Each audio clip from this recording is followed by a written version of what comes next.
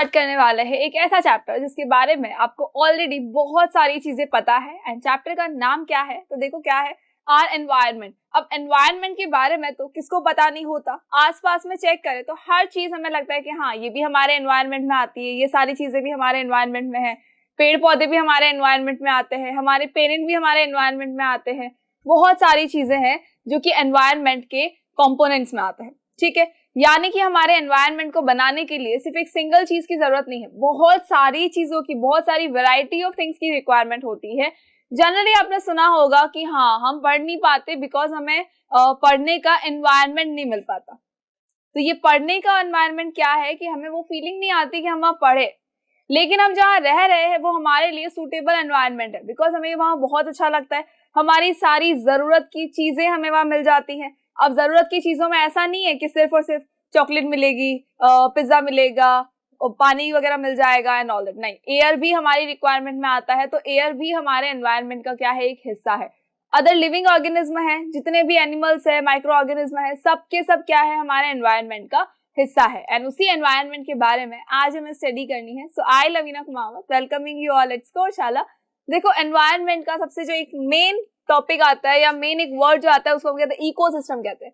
अब ये इकोसिस्टम क्या है, एनवायरनमेंट तो हमें समझ में आ गया कि एनिमल्स भी आएंगे, ऑर्गेनिज्म भी आएंगे, प्लांट्स भी आएंगे, माइक्रोब्स भी आएंगे, उसके अंदर वाटर भी आएगा, एयर भी आएगा, सारी चीजें आ जाती है। लेकिन इकोसिस्टम क्या है, इकोसिस्टम का मतलब होता है कि जहां पर living organism and non living organism जब आप इंटरैक्शन करते हैं, जहां पर इंटरैक्शन करेंगे उसे हम क्या कह देंगे कि पूरा का पूरा क्या है, ये एक इकोसिस्टम है।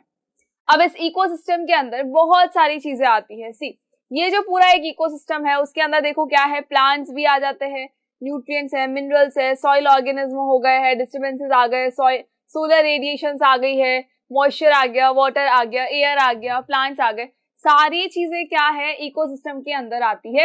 ये जो जितनी भी सारी चीजें आपको नजर आ रही है, चाहे नाम आपको पढ़ने में आ रहे हैं, चाहे ये चीजें आपको जो नजर आ रही है, या अगर अपने आसपास हम नजर घुमा के देखें तो हमें ये समझ में आएगा कि सारी चीजें जो है वो एक दूसरे से इंटरैक्ट करती है। इंटरैक्ट कैसे करती है, ओ हाय हेलो क्या हाल चाल है, वैसे इंटरैक्शन नहीं होता है। लेकिन ये इंटरैक्शन का मतलब क्या हुआ कि हर कोई एक दूसरे के ऊपर क्या है, डिपेंडेंट है। अब प्लांट है वो क्या कर रहे हैं, फोटोसिंथेसिस कर रहे हैं एंड हमें क्या करते हैं, अपने न्यूट्रिएंट्स को प्रोवाइड करते हैं, फूड को प्रोवाइड करते हैं हमें। अदर एनिमल्स भी है वो उनके ऊपर डिपेंडेंट होंगे, हम अदर एनिमल पे डिपेंडेंट है। तो ये डिपेंडेंसी जो है एक दूसरे के ऊपर, इसे ही हम क्या कहते हैं, इंटरैक्शन कहते हैं। तो ये हमारा इकोसिस्टम है। इकोसिस्टम के अंदर बहुत सारी चीजें आ जाती है। कौन कौन सी चीजें आती है, तो इकोसिस्टम के कुछ कंपोनेंट्स होते हैं। कौन से कंपोनेंट्स होते हैं, तो देखो यहाँ इकोसिस्टम के अंदर हमें क्या क्या नजर आया, इसको अगर छोड़े हम आसपास देख लो क्या क्या नजर आया हमको। हमें नजर आया एयर, हमें नजर आया वाटर, हमें और क्या नजर आया, माउंटेन नजर आया, सॉइल नजर आई, प्लांट नजर आए। उसके अलावा माइक्रोब्स के बारे में हमने सुना है, तो हमको पता है कि हमारे आसपास में भले ही वो दिखाई नहीं दे रहे हैं लेकिन स्टिल अभी माइक्रोब्स जो है आसपास में प्रेजेंट है। अदर एनिमल्स नजर आ गए, छोटे छोटे लिविंग ऑर्गेनिज्म, इंसेक्ट्स नजर आए हमको। तो ये इतनी सारी चीजें जो है ये सब क्या है, ये हमारे इकोसिस्टम के कंपोनेंट्स है। हम एक के भी बिना अपनी लाइफ को एज्यूम भी नहीं कर सकते। एयर को हटा लो, चलो एयर को हटा के फिर एज्यूम करो अपनी लाइफ की, वाह कितनी सुंदर होगी, नहीं होगी भैया, नहीं होगी। एयर नहीं होगी तो सांस कैसे लोगे। और अगर पानी को हटा के देखे तो नहीं, उसको भी नहीं हटा सकते। क्यों नहीं हटा सकते, बिकॉज हमारी खुद की बॉडी ही 70% तो पानी से बनी है। जिस दिन पानी नहीं पीते उस दिन डिहाइड्रेशन हो जाता है, चक्कर आने लगता है, सिर यूं घूमने लगता है। तो जब इतना सिर घूमेगा तो फिर काम कैसे करेंगे, हम नहीं सरवाइव कर सकते पानी के बिना भी। अच्छा प्लांट्स को हटा देते, चलो एक काम करते, प्लांट को धरती में से पूरा रिमूव कर देते हैं। Is it possible, no it's not possible. क्यों नहीं है पॉसिबल ये, बिकॉज अगर प्लांट्स को रिमूव कर दिया है तो हमारा खाना हमको कहाँ से मिलेगा, हमें कौन खाना खिलाएगा, धरती माता ही तो खिला रही थी, जो उसके ऊपर प्लांट्स लगे हैं वहीं से हमारा खाना आ रहा था। लेकिन जब वो होगा ही नहीं तो हम खाना क्या खाएंगे, हमें न्यूट्रिएंट्स नहीं मिलेंगे, तो हम प्लांट्स को भी वहां से रिमूव नहीं कर सकते। तो अच्छा एक काम करते हैं, माइक्रो ऑर्गेनिज्म को हटा देते, जो डिकम्पोजर्स है उनको रिमूव कर देते हैं। तो क्या होगा, तो हमारा एनवायरनमेंट क्लीन नहीं रहेगा, डिकम्पोज नहीं होंगी चीजें, वो एज इट इज रहेंगी एनवायरनमेंट के अंदर। जैसे प्लास्टिक एज इट इज रहता है, सोचो अगर दुनिया का सारा कचरा एज इट इज रहने लग गया तो क्या होगा, पूरी दुनिया ना सिर्फ कचरे से ही भर जाएगी, हम कहीं नजर नहीं आएंगे फिर तो ये तो बहुत सारी चीजें गड़बड़ है। या तो ये हमारे इकोसिस्टम के बहुत सारे कंपोनेंट्स होते हैं। फाइन, तो ये बहुत सारे क्या है कंपोनेंट्स है हमारे इकोसिस्टम के। तो यहाँ देख लो इकोसिस्टम के कंपोनेंट्स में दो फैक्टर्स आते हैं। The first thing is abiotic factor, second thing is biotic factor. Abiotic factors and biotic factors. Biotic को कैसे याद रखना है, बायोटिक को हमेशा याद रखिए लिविंग ऑर्गेनिज्म से, बायोटिक वर्ड को ही याद रखना है लिविंग से, ठीक है। एंड अबायोटिक को याद किससे रखना है, नॉन लिविंग से। अबायोटिक को आप किससे याद रखेंगे, ओके यहाँ लिख देते चलो। अबायोटिक को आप किससे याद रखेंगे, नॉन लिविंग से याद रखेंगे, एंड बायोटिक को किससे याद रखना है, लिविंग से याद रखना है। तो बायोटिक फैक्टर्स के अंदर कौन कौन से कंपोनेंट्स आएंगे, तो बायोटिक फैक्टर्स में आएंगे plants, micro organism and animals. जितने भी आसपास में आपको प्लांट्स नजर आ रहे हैं सबके सब किस में आ जाएंगे, बायोटिक फैक्टर्स में आएंगे। एनिमल्स आपको नजर आ रहे हैं, चाहे आपके काऊ है, डॉग है, आपकी चींटियां हो गई है, चाहे आपके शेर है, चीता है, हाथी है, भालू है, जितने भी एनिमल्स आपके आसपास में नजर आ रहे हैं सबके सब किस में आ जाएंगे, बायोटिक फैक्टर्स में आएंगे। माइक्रो ऑर्गेनिज्म जो नजर ही नहीं आते, microbes, parasites, fungi, bacteria, viruses, ये सब किस में आएंगे, ये सब किस में आ जाएंगे, ये भी बायोटिक फैक्टर्स के अंदर ही आएंगे। और अगर हम बात करें अबायोटिक फैक्टर की, तो एयर, क्या एयर सांस लेती है खुद, नहीं, वो हमें हेल्प करती है। तो एयर क्या है, नॉन लिविंग थिंग है, तो एयर किस में आएगा, अबायोटिक फैक्टर्स में आएगा। वाटर अबायोटिक फैक्टर्स में आएगा। सनलाइट अबायोटिक फैक्टर्स में आएंगी। सनलाइट को भी हम रिमूव नहीं कर सकते, एक दिन रिमूव करके चेक कर लो तो प्लांट्स अपना खाना नहीं बना पाएंगे, और प्लांट्स अगर फोटोसिंथेसिस नहीं करेंगे तो हमारे लिए फूड कहाँ से आएगा, फूड ऑब्टेन नहीं हो पाएगा। देन हम बात कर ले सॉइल की। सॉइल भी क्या है हमारे लिए, एक अबायोटिक फैक्टर है। सॉइल एक ऐसी चीज है जिसकी वजह से प्लांट को ग्रो करवाया जा सकता है, प्लांट की ग्रोथ हो जाती है। अदरवाइज अगर सॉइल नहीं है तो हम प्लांट को ग्रो नहीं करवा सकते, प्लांट फिर लगेंगे नहीं। रॉक्स बहुत जरूरी है, रॉक के अंदर ही क्या होता है, मिनरल्स होते हैं, और रॉक को ही ब्रेक करके क्या बनाया जाता है, सॉइल फॉर्मेशन किया जाता है। रेनफॉल है, विंड है, टेम्परेचर आ जाता है, लाइट आ जाती है, ये सारी चीजें किस में आती है, अबायोटिक फैक्टर्स में आती हैं, and they are responsible for life. ये सारी चीजें लाइफ के लिए रिस्पॉन्सिबल है। अगर इनमें से एक भी चीज को हम हटा दे तो हम सरवाइव नहीं कर सकते, हम लाइफ के बारे में एज्यूम भी नहीं कर सकते, इमेजिन भी नहीं कर सकते उसके बाद। तो so these are the factors जो कि पूरा सब मिलके क्या करते हैं, इकोसिस्टम का फॉर्मेशन करते हैं। फाइन, तो there are some components of ecosystem, बहुत ही इंपॉर्टेंट कंपोनेंट्स है ये, बहुत इंपॉर्टेंट फैक्टर्स है जिनको कि हमें लर्न करना है, एंड आई होप कि इसको रटने की जरूरत बिल्कुल नहीं है। बायोटिक का नाम आया, जितनी लिविंग चीजें याद आ रही है वो लिख दो, एंड अबायोटिक के अंदर जितनी नॉन लिविंग थिंग्स है। हाँ, यहाँ पर आप पिज्जा बर्गर नहीं लिख सकते कि हाँ ये भी हमारे लिए इकोसिस्टम है, नहीं, ये हमारे इकोसिस्टम में नहीं आता है, ये तो ठीक है हमने बाद में बनाया है। प्रीवियस जमाने की बात कर लो, जब एंशिएंट टाइम की अगर आप बात कर ले तो वहां पर पिज्जा बर्गर नहीं थे, आपकी मैगी नहीं थी, चॉकलेट्स नहीं थी, तब भी लोग सरवाइव कर रहे थे, हम उन फैक्टर्स की बात कर रहे हैं। चलो आगे आते हैं, next thing is food chain. अब ये फूड चेन क्या होती है, ठीक है भाई, तो हमें समझ में आ गया कि हमारे पूरा इकोसिस्टम बना हुआ है, उसके अंदर क्या है, उसके अंदर बहुत सारे अबायोटिक फैक्टर्स है, बहुत सारे बायोटिक फैक्टर्स है, दोनों ही क्या कहते हैं एक दूसरे के साथ में इंटरेक्शन करते हैं, और उससे क्या बनता है, पूरा इकोसिस्टम बनता है। नाउ डू यू नो कि इकोसिस्टम जो है नेचुरल भी हो सकता है, आर्टिफिशियल भी हो सकता है। यस, एक और चीज हम देखते हैं, उसके बाद हम आगे आते हैं। वापस पीछे आ जाओ, चलो, वैसे पीछे नहीं चलना चाहिए कभी भी, लेकिन फिर भी हम थोड़ा पीछे आ जाते हैं। इकोसिस्टम जो होता है वो नेचुरल भी हो सकता है एंड आर्टिफिशियल भी हो सकता है। कौन कौन सा होता है, देखो, नेचुरल इकोसिस्टम का मतलब हो गया फॉरेस्ट ले लो, इसमें पॉन्ड्स ले लो, तो पॉन्ड है, फॉरेस्ट है, उसके अंदर क्या होता है, एक्वाटिक लाइफ भी होती है, वहां पर ये बायोटिक फैक्टर्स भी होते हैं, वहां पर अबायोटिक फैक्टर्स भी होते हैं, तो सबको मिला के क्या बनता है, पूरा एक इकोसिस्टम बनता है। फाइन, लेकिन अगर मैं बात करूं आर्टिफिशियल इकोसिस्टम की, तो फिर हम कैसे बना सकते हैं, हमारा एक्वेरियम, कैसे भूल सकते हैं उसको, हम एक्वेरियम को नहीं भूल सकते। एक्वेरियम क्या है, एक तरह का इकोसिस्टम ही तो है, लेकिन वो आर्टिफिशियल है, बिकॉज उसको ह्यूमंस ने बनाया है, उसको नेचर ने नहीं बनाया, वो ह्यूमन बींग्स ने बनाया है। दैट इज वाई हम उसको क्या कहते हैं, आर्टिफिशियल इकोसिस्टम कहते हैं। Now the next thing is कि फूड चेन। फूड चेन क्या होती है, तो फूड की चेन बना ले, एक हमारा पिज्जा लगा देते हैं, फिर हम उसके अंदर एक मैगी लगा देते हैं, फिर क्या लगाए, चाउमीन लगा दे, चलो चाउमीन लगा देते हैं, देन एक बर्गर लगा देते हैं, फिर सैंडविच आ जाएगा, फिर चॉकलेट आ जाएगी, फिर आइसक्रीम आ जाएगी, और बहुत सारी चीजें लगा देते हैं, राइट। तो इन सबसे क्या बन जाएगा, एक फूड चेन बन जाएगी। चाइनीज भेल लगा लो भाई, पेटीज लगा लो, कहाँ ले जा रहे हो उनको, उनको क्यों छोड़ रहे हैं, red sauce pasta, white sauce pasta, सबको लगा के एक चेन बना देते हैं। फाइन, जैसे फूलों की माला बनती है वैसे फूड की माला बन जाएगी, स्टूपिड। चलो ये सारी चीजें नहीं होती है। फूड चेन ये नहीं है, फूड चेन ये है जो हम बायोलॉजी के अंदर पढ़ते हैं। क्या होती है फूड चेन? फूड चेन का मतलब है कि जब फूड बनता है वहां से लेकर लास्ट कहाँ तक पहुंचता है, कैसे पहुंच रहा है सारे लोगों के अंदर, सारे लिविंग ऑर्गेनिज्म के अंदर, उनको हम कहते हैं फूड चेन। पता नहीं क्या करते, पिज्जा बर्गर के अलावा आगे बढ़ते ही नहीं है। चलो आ जाओ वापस, आ जाओ फटाफट आ जाओ, पिज्जा बर्गर को साइड में रख दो। चलो ये क्या है हमारा, ये है ग्रास, ठीक है, घास है। ऑब्वियसली बात है भाई, घास क्या होगा, एक प्लांट की फॉर्म में ले सकते हैं इसको कि ठीक है, हमने इसको बोल दिया प्रोड्यूसर्स कह देते, चलो प्रोड्यूसर्स कह देते, ओके लिखा भी है। नेक्स्ट ओके यहाँ आ जाओ, ये क्या है, प्राइमरी प्रोड्यूसर्स है। ग्रास मतलब ग्रीन प्लांट जिसको हम कह देते हैं, ये क्या है, प्राइमरी प्रोड्यूसर्स है।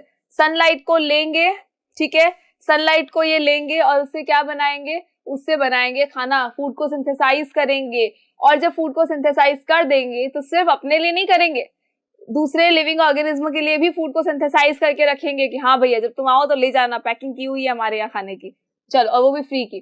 तो यहाँ पे कौन आया, यहाँ पर आया ग्रास हॉपर। इस ग्रास के ऊपर कौन आया, ग्रास हॉपर आया।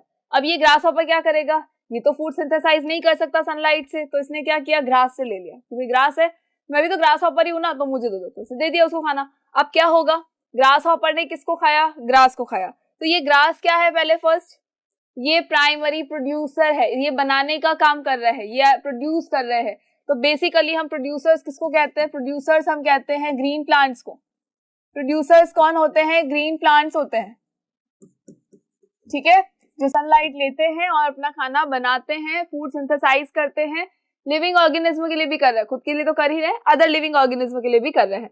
इसको किसने खाया, ग्रास हॉपर ने खाया। तो ग्रास हॉपर को हम क्या कहेंगे, कंज्यूमर है, ये कंज्यूम कर रहा है, ठीक है, ये क्या कर रहा है, कंज्यूम कर रहा है।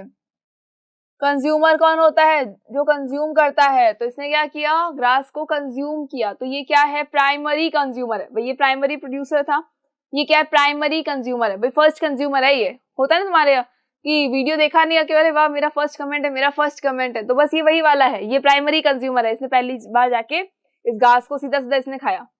अब क्या हुआ, जब ये खुश हो रहा था और ये पार्टी कर रहा था कि अरे वाह मैं तो प्राइमरी कंज्यूमर हूँ, तो क्या हुआ, यहाँ फ्रॉग आ रहा था, उसने देखा कि भैया कुछ ज्यादा ही पार्टी वार्टी चल रही है, एक काम करते मैं तुम्ही को खाता था, बड़े टेस्टी लग रहे हो। तो इस फ्रॉग ने क्या किया, ग्रास हॉपर को खा लिया। अब ये फ्रॉग क्या बन गया, ये सेकेंडरी कंज्यूमर बना, ये प्राइमरी कंज्यूमर था, फ्रॉग ने ग्रास हॉपर को खाया तो क्या हो गया, सेकेंडरी कंज्यूमर बन चुका है। अब ये सेकेंडरी कंज्यूमर जो है इसको कौन खाएगा, एक और कंज्यूमर आएगा, टेरिटरी कंज्यूमर। ये कूद रहा था, इधर उधर उछल रहा था, तो क्या हुआ, ग्रास हॉपर्स ने जाके किसकी शिकायत कर दी, स्नेक को शिकायत कर दी कि भाई ये जो है बहुत परेशान कर रहा है, हम लोगों को खा रहा है। तो स्नेक आया, उसने क्या किया, फ्रॉग को खा लिया। अब ये क्या है, ये टेरिटरी कंज्यूमर बन चुका है। Primary consumer was grass hopper, secondary consumer was frog, third territory consumer is snake. अब इस स्नेक को कौन खाएगा, स्नेक को जो है उठा के ले जाएगा हॉक, यानी कि अपेक्स कंज्यूमर। अपेक्स का मतलब होता है बिल्कुल टॉप वाला जो कंज्यूमर होता है, उसको हम क्या कहते हैं, अपेक्स कंज्यूमर कहते हैं। कौन होता है, ये हॉक होता है। ये उड़ते उड़ते उड़ते क्या करता है, उस सांप को फटाफट फटाफट जो भाग रहा है उसको सीधा जाके दबोच लेता है और खा लेता है, ठीक है। चलो अब क्या होगा, जब इसकी डेथ हो जाएगी, भाई इसको खाने वाला कोई है नहीं, ठीक है, ये अपेक्स कंज्यूमर है, यानी इसको खाने वाला कोई नहीं। अपेक्स कौन होता है, जो सबसे सुपीरियर होता है, जो सबसे राजा होता है सबका, उसको हाथ लगाने वाला कोई नहीं है। तो इस हॉक को हाथ लगाने वाला कोई है क्या, वाला नहीं है, यहाँ पे कोई इसको खाने वाला नहीं है। तब क्या होगा, जब इसकी डेथ हो जाएगी, जब किसी रीजन से इसकी डेथ हो जाएगी, तो उसके बाद क्या होगा, जो बैक्टीरिया है, जो फंजाई है, यानी जो डिकम्पोजर्स है, वो इसके ऊपर फीड ऑन करेंगे, इसको खाएंगे कि भैया तुम जिंदा थे तब तक तो तुम्हें कोई खा नहीं पाया, अब आ जाओ लाइन में तुम भी। तो इसको खाने के लिए कौन आया, डिकम्पोजर्स है। ये डिकम्पोजर्स क्या करते हैं, ये डिकम्पोजर्स डिकम्पोज करने का काम करते हैं, यानी कि एनवायरनमेंट को क्लीन करने का काम करेंगे। भैया ये वो ऑर्गेनिज्म है जिसको कोई नहीं खा रहा, ठीक है, ये टेस्टी नहीं लगता किसी को, तो इसको कोई नहीं खा रहा, ये मर भी जाएगा तब भी इसको कोई नहीं खाएगा। तो क्या होगा, लाशों के ढेर नहीं लग जाएंगे पूरे वर्ल्ड के ऊपर। तो उस लाशों के ढेर को हटाने के लिए कौन आता है, डिकम्पोजर्स आते हैं कि भैया एक काम करो, तुम लोग सारा काम कर लो, हम सिर्फ और सिर्फ क्लीनिंग का काम करेंगे, साफ सफाई का काम हम कर देंगे। तो झाड़ू पोछा लेके ही शुरू हो जाते हैं। तो ये क्या करते हैं, ये डेड और डिकेइंग मैटर के ऊपर फीड ऑन करते हैं। तो ये यहाँ जाएंगे, इस मरे हुए हॉक के ऊपर जाएंगे, इसके ऊपर फीड ऑन करेंगे और इससे क्या कर देंगे, इसको एक ब्लैक कलर के सब्सटेंस में कन्वर्ट करेंगे, जिसको हमने क्या नाम दिया, ह्यूमस नाम दिया है। फाइन, ह्यूमस नाम दिया हमने इनको। तो ये जो डिकम्पोजर्स है, ये डिकम्पोज करने का काम करते हैं, यानी कि एनवायरनमेंट को क्लीन करने का भी काम कर रहे हैं, साथ ही साथ में डेड बॉडीज को ज्यादा कलेक्ट नहीं होने देते हैं। चलो तो आई होप कि आपको क्लियर हो गया कि फूड चेन कहाँ तक जा रही है। देखो लास्ट कहाँ खत्म हुई है, डिकम्पोजर्स पे खत्म हो रही है। स्टार्ट कहाँ से हुई थी, प्रोड्यूसर पे, बिकॉज जब तक फूड बनेगा नहीं तो खाएंगे कैसे। तो पहले कौन आया, ग्रीन प्लांट्स, प्रोड्यूसर्स आए। इस प्रोड्यूसर को जिसने खाया उसको हमने क्या नाम दिया, उसको हमने नाम दिया फर्स्ट कंज्यूमर।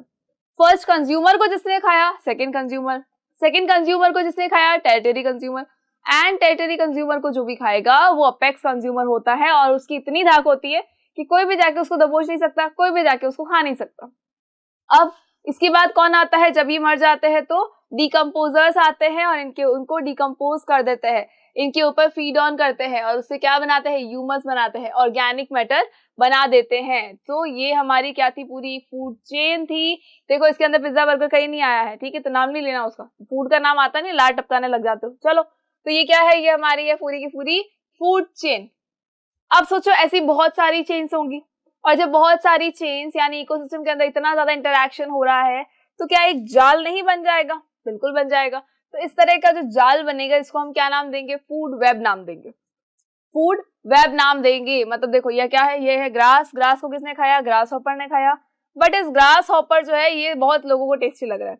इस ग्रास हॉपर को आया तो था फ्रॉग खाने के लिए, बीच में बर्ड ने देख लिया तो बर्ड उठा के ले गई, तो यह कॉम्पिटिशन हुआ। चलो इस बर्ड को किसने खाया, बर्ड को स्नेक ने खाया। और स्नेक भाई साहब ना थोड़े से मतलब वो उनको वैरायटी ऑफ फूड चाहिए, वो एक फूड से हमेशा बोर हो जाते हैं। तो स्नेक जो है वो फ्रॉग को भी खाएगा और स्नेक जो है वो किसको खाएगा, बर्ड को भी खाने वाला है। ठीक है, स्नेक किस किस को खाने वाला है, बर्ड को और फ्रॉग को खाने वाला है। लेकिन इस स्नेक की ज्यादा नहीं चलेगी, हॉक भैया ना ये आ जाएंगे फटाफट से, कि आ जाओ बेटा मैं यही हूँ। चलो नेक्स्ट इज, इस ग्रास को जब ग्रास हॉपर ने खा लिया तो ग्रास हॉपर को किसने खाया, फ्रॉग ने। अब इस फ्रॉग को कौन खा लेगा, आउल भी खा सकता है। फ्रॉग जो है आउल की प्लेट में भी हो सकता है, आउल की भी फेवरेट डिश है ये फ्रॉग, तो ये उसको भी खा सकता है। नेक्स्ट अगर इस ग्रास को किसने खा लिया, माउस ने खा लिया, तो इस माउस जो है ये माउस आउल की प्लेट में भी आता है, ये माउस जो है ये हॉक की प्लेट में भी जाता है, और ये माउस जो है ये फॉक्स की प्लेट में भी जाता है। सोचो कितने सारे लोगों की प्लेट में जा रहा है ये, तो मरना तो बेचारे को है ही। अब सपोज इसकी जगह आया कि भाई नहीं भाई रैबिट जो आ गया वो आगे पहले, मैं खाऊंगा अब तो इसको, ग्रास को, ग्रास हॉपर बाद में आएगा, माउस बाद में आएगा। तो ये जो रैबिट है इसको खाने वाला कौन है, सीधा हॉक आ गया, या फिर इसको कौन खा सकता है, फॉक्स खा सकता है। तो ये जो पूरा जाल बन रहा है ना, या इसको इसने खा लिया, इसको उसने खा लिया, इसका ये हो गया, इसका होगा, कुछ समझ तो आया नहीं हमको, ठीक है। लेकिन हमारे दिमाग में क्या क्लियर हो गया कि भाई जो सबसे ऊपर वाला है, जो सबसे सुपीरियर है, उस सुपीरियर को खाने वाला अभी तक कोई भी नहीं आया। और ये जो सबसे लोअर में है, जो ये ग्रीन प्लांट्स है हमारे, इनको कोई छोड़ने वाला नहीं है, जिसको दिखेगा ये उसको ये खा लेंगे, ठीक है। ग्रीन प्लांट्स जिस किसी को भी दिखाई देंगे वो उसको जाके लपक लेंगे सीधा, ठीक है। तो ये हमारे क्या हो जाते हैं, प्रोड्यूसर्स होते हैं, जो प्रोड्यूस करते हैं, और इन्हीं को सब लोग क्या करते हैं, खा जाते हैं। बाकी सब ये क्या है, ये सारे के सारे है कंज्यूमर्स। तो कंज्यूमर्स में भी जो पहले होगा वो प्राइमरी, सेकंड नंबर पे होगा वो सेकेंडरी, एंड जो थर्ड नंबर पे होगा वो टेरिटरी, एंड उसके बाद जो होगा वो अपेक्स होता है। अपेक्स, अपेक्स का मतलब क्या होता है, सुपीरियर, बिल्कुल सबसे ऊपर, उसके बाद कोई भी नहीं है, उसको खाने वाला कोई भी नहीं है। लेकिन हाँ जब इसकी डेथ हो जाएगी तब क्या होगा, डिकम्पोजर्स इसके ऊपर फीड ऑन करेंगे, डिकम्पोजर्स इसको खाएंगे, इसको ब्रेक करेंगे। फाइन, चलो तो आई होप कि आपको क्लियर हो गया होगा कि फूड चेन क्या है एंड फूड वेब क्या है। तो देखो फूड चेन क्या थी, एक सिंगल चेन को हम क्या कह रहे थे, फूड चेन कह रहे थे कि ठीक है, एक प्रोड्यूसर को कंज्यूमर ने खाया, फिर दूसरा, फिर तीसरा, फिर लास्ट वन, ये सारा ठीक है। लेकिन जब इसका बहुत बड़ा सा एक जाल बन जाता है, बहुत सारी फूड चेन्स का कॉम्बिनेशन आ जाता है, तो उन बहुत सारी फूड चेन के कॉम्बिनेशन को हम क्या कहते हैं, फूड वेब कहते हैं। फूड वेब कहते हैं, यानी कि खाने का पूरा एक जाल बना हुआ है, बहुत कॉम्प्लिकेटेड है ये, खाने का पूरा क्या है, जाल है। ये तो फिर भी ठीक है, कई बार होता है कि बहुत बड़े बड़े जाल आपको देखने को मिलते हैं, तो कंफ्यूज नहीं होना है। चलो नेक्स्ट थिंग इज कि ट्रॉफिक लेवल क्या होता है। भाई अभी तक तो ये हमने पढ़ लिया कि भाई हमारा प्राइमरी कंज्यूमर है, सेकेंडरी कंज्यूमर है, प्रोड्यूसर्स है, apex consumer and all that, decomposers and all that, ठीक है। अब ये सारे जो है ये ट्रॉफिक लेवल्स के अंदर होते हैं, इनके ट्रॉफिक लेवल होता है। अभी ट्रॉफिक लेवल क्या है, देखो फर्स्ट ट्रॉफिक लेवल जो है वो किसका आता है, वो प्रोड्यूसर क्या आता है, प्रोड्यूसर का आएगा। सबसे पहला जो लेवल आएगा वो किसका आएगा, प्रोड्यूसर का आएगा। क्यों, जब फूड चेन को स्टार्ट कर रहे थे तब भी सबसे पहले क्या आ रहा था, प्रोड्यूसर आ रहा था। तो ये प्रोड्यूसर कौन हो गया है, ये हो गया ग्रीन प्लांट्स, और ये कौन सा लेवल है, ये फर्स्ट ट्रॉफिक लेवल है। देन इस प्रोड्यूसर को कौन खाने वाला है, तो हमने बताया था प्राइमरी कंज्यूमर खाएगा, प्राइमरी कंज्यूमर खाएगा, जिसको हम क्या नाम देंगे, हर्बीवोर्स नाम देंगे। हर्बीवोर्स का मतलब वो ओनली क्या खाते हैं, प्लांट्स ही खाते हैं, यानी प्लांट्स के ऊपर ही डिपेंडेंट रहते हैं, उसके अलावा ये किसी पर भी डिपेंडेंट बिल्कुल भी नहीं रहते हैं। Next thing is secondary consumer. Secondary consumer कौन होता है, जो कि कार्निवोर होता है, जो किसी भी ऑर्गेनिज्म को उठाकर खा जाएगा, ठीक है, जो मांस खाने वाला है। तो इसको हमने क्या नाम दिया है, कार्निवोर नाम दिया है। और ये कौन सा ट्रॉफिक लेवल है, देख लो, फर्स्ट सेकेंड थर्ड, तो यानी कि ये कौन सा है, टेरिटरी प्राइमरी कंज्यूमर यहाँ होगा, सेकेंडरी कंज्यूमर यहाँ, क्यों, क्योंकि फर्स्ट वाला क्या है, प्रोड्यूसर है, तो यहाँ पर क्या हो जाएगा, सेकेंडरी कंज्यूमर है। जो ये कार्निवोर्स है, ये क्या है, ये सेकेंडरी कंज्यूमर है। नेक्स्ट आ जाओ, कार्निवोर्स तो क्लियर हो गया। नेक्स्ट थिंग क्या है, fourth trophic level. Fourth trophic level है मतलब टेरिटरी कंज्यूमर्स का होगा। फोर्थ ट्रॉफिक लेवल मतलब टेरिटरी कंज्यूमर्स, जो क्या कर रहे हैं, इस सेकेंडरी कंज्यूमर को खा जाते हैं, जिसमें कौन आता है, स्नेक आता है, फॉक्स आता है। तो these are secondary carnivores. Secondary carnivores कह सकते हैं, सेकेंडरी कंज्यूमर्स, टेरिटरी कंज्यूमर्स कह सकते हैं, सेकेंडरी नहीं कह पाएंगे। क्यों नहीं कह पाएंगे सेकेंडरी, बिकॉज जो फर्स्ट है उसमें क्या है, प्रोड्यूसर्स है। देन जब सेकेंड ट्रॉफिक लेवल पे आए थे तो वहां पे क्या आया, प्राइमरी कंज्यूमर्स है। देन जब हम थर्ड ट्रॉफिक लेवल पे आए थे तो वहां क्या आया, सेकेंडरी कंज्यूमर आए। फोर्थ ट्रॉफिक लेवल पे आने पे क्या मिला, टेरिटरी कंज्यूमर मिला।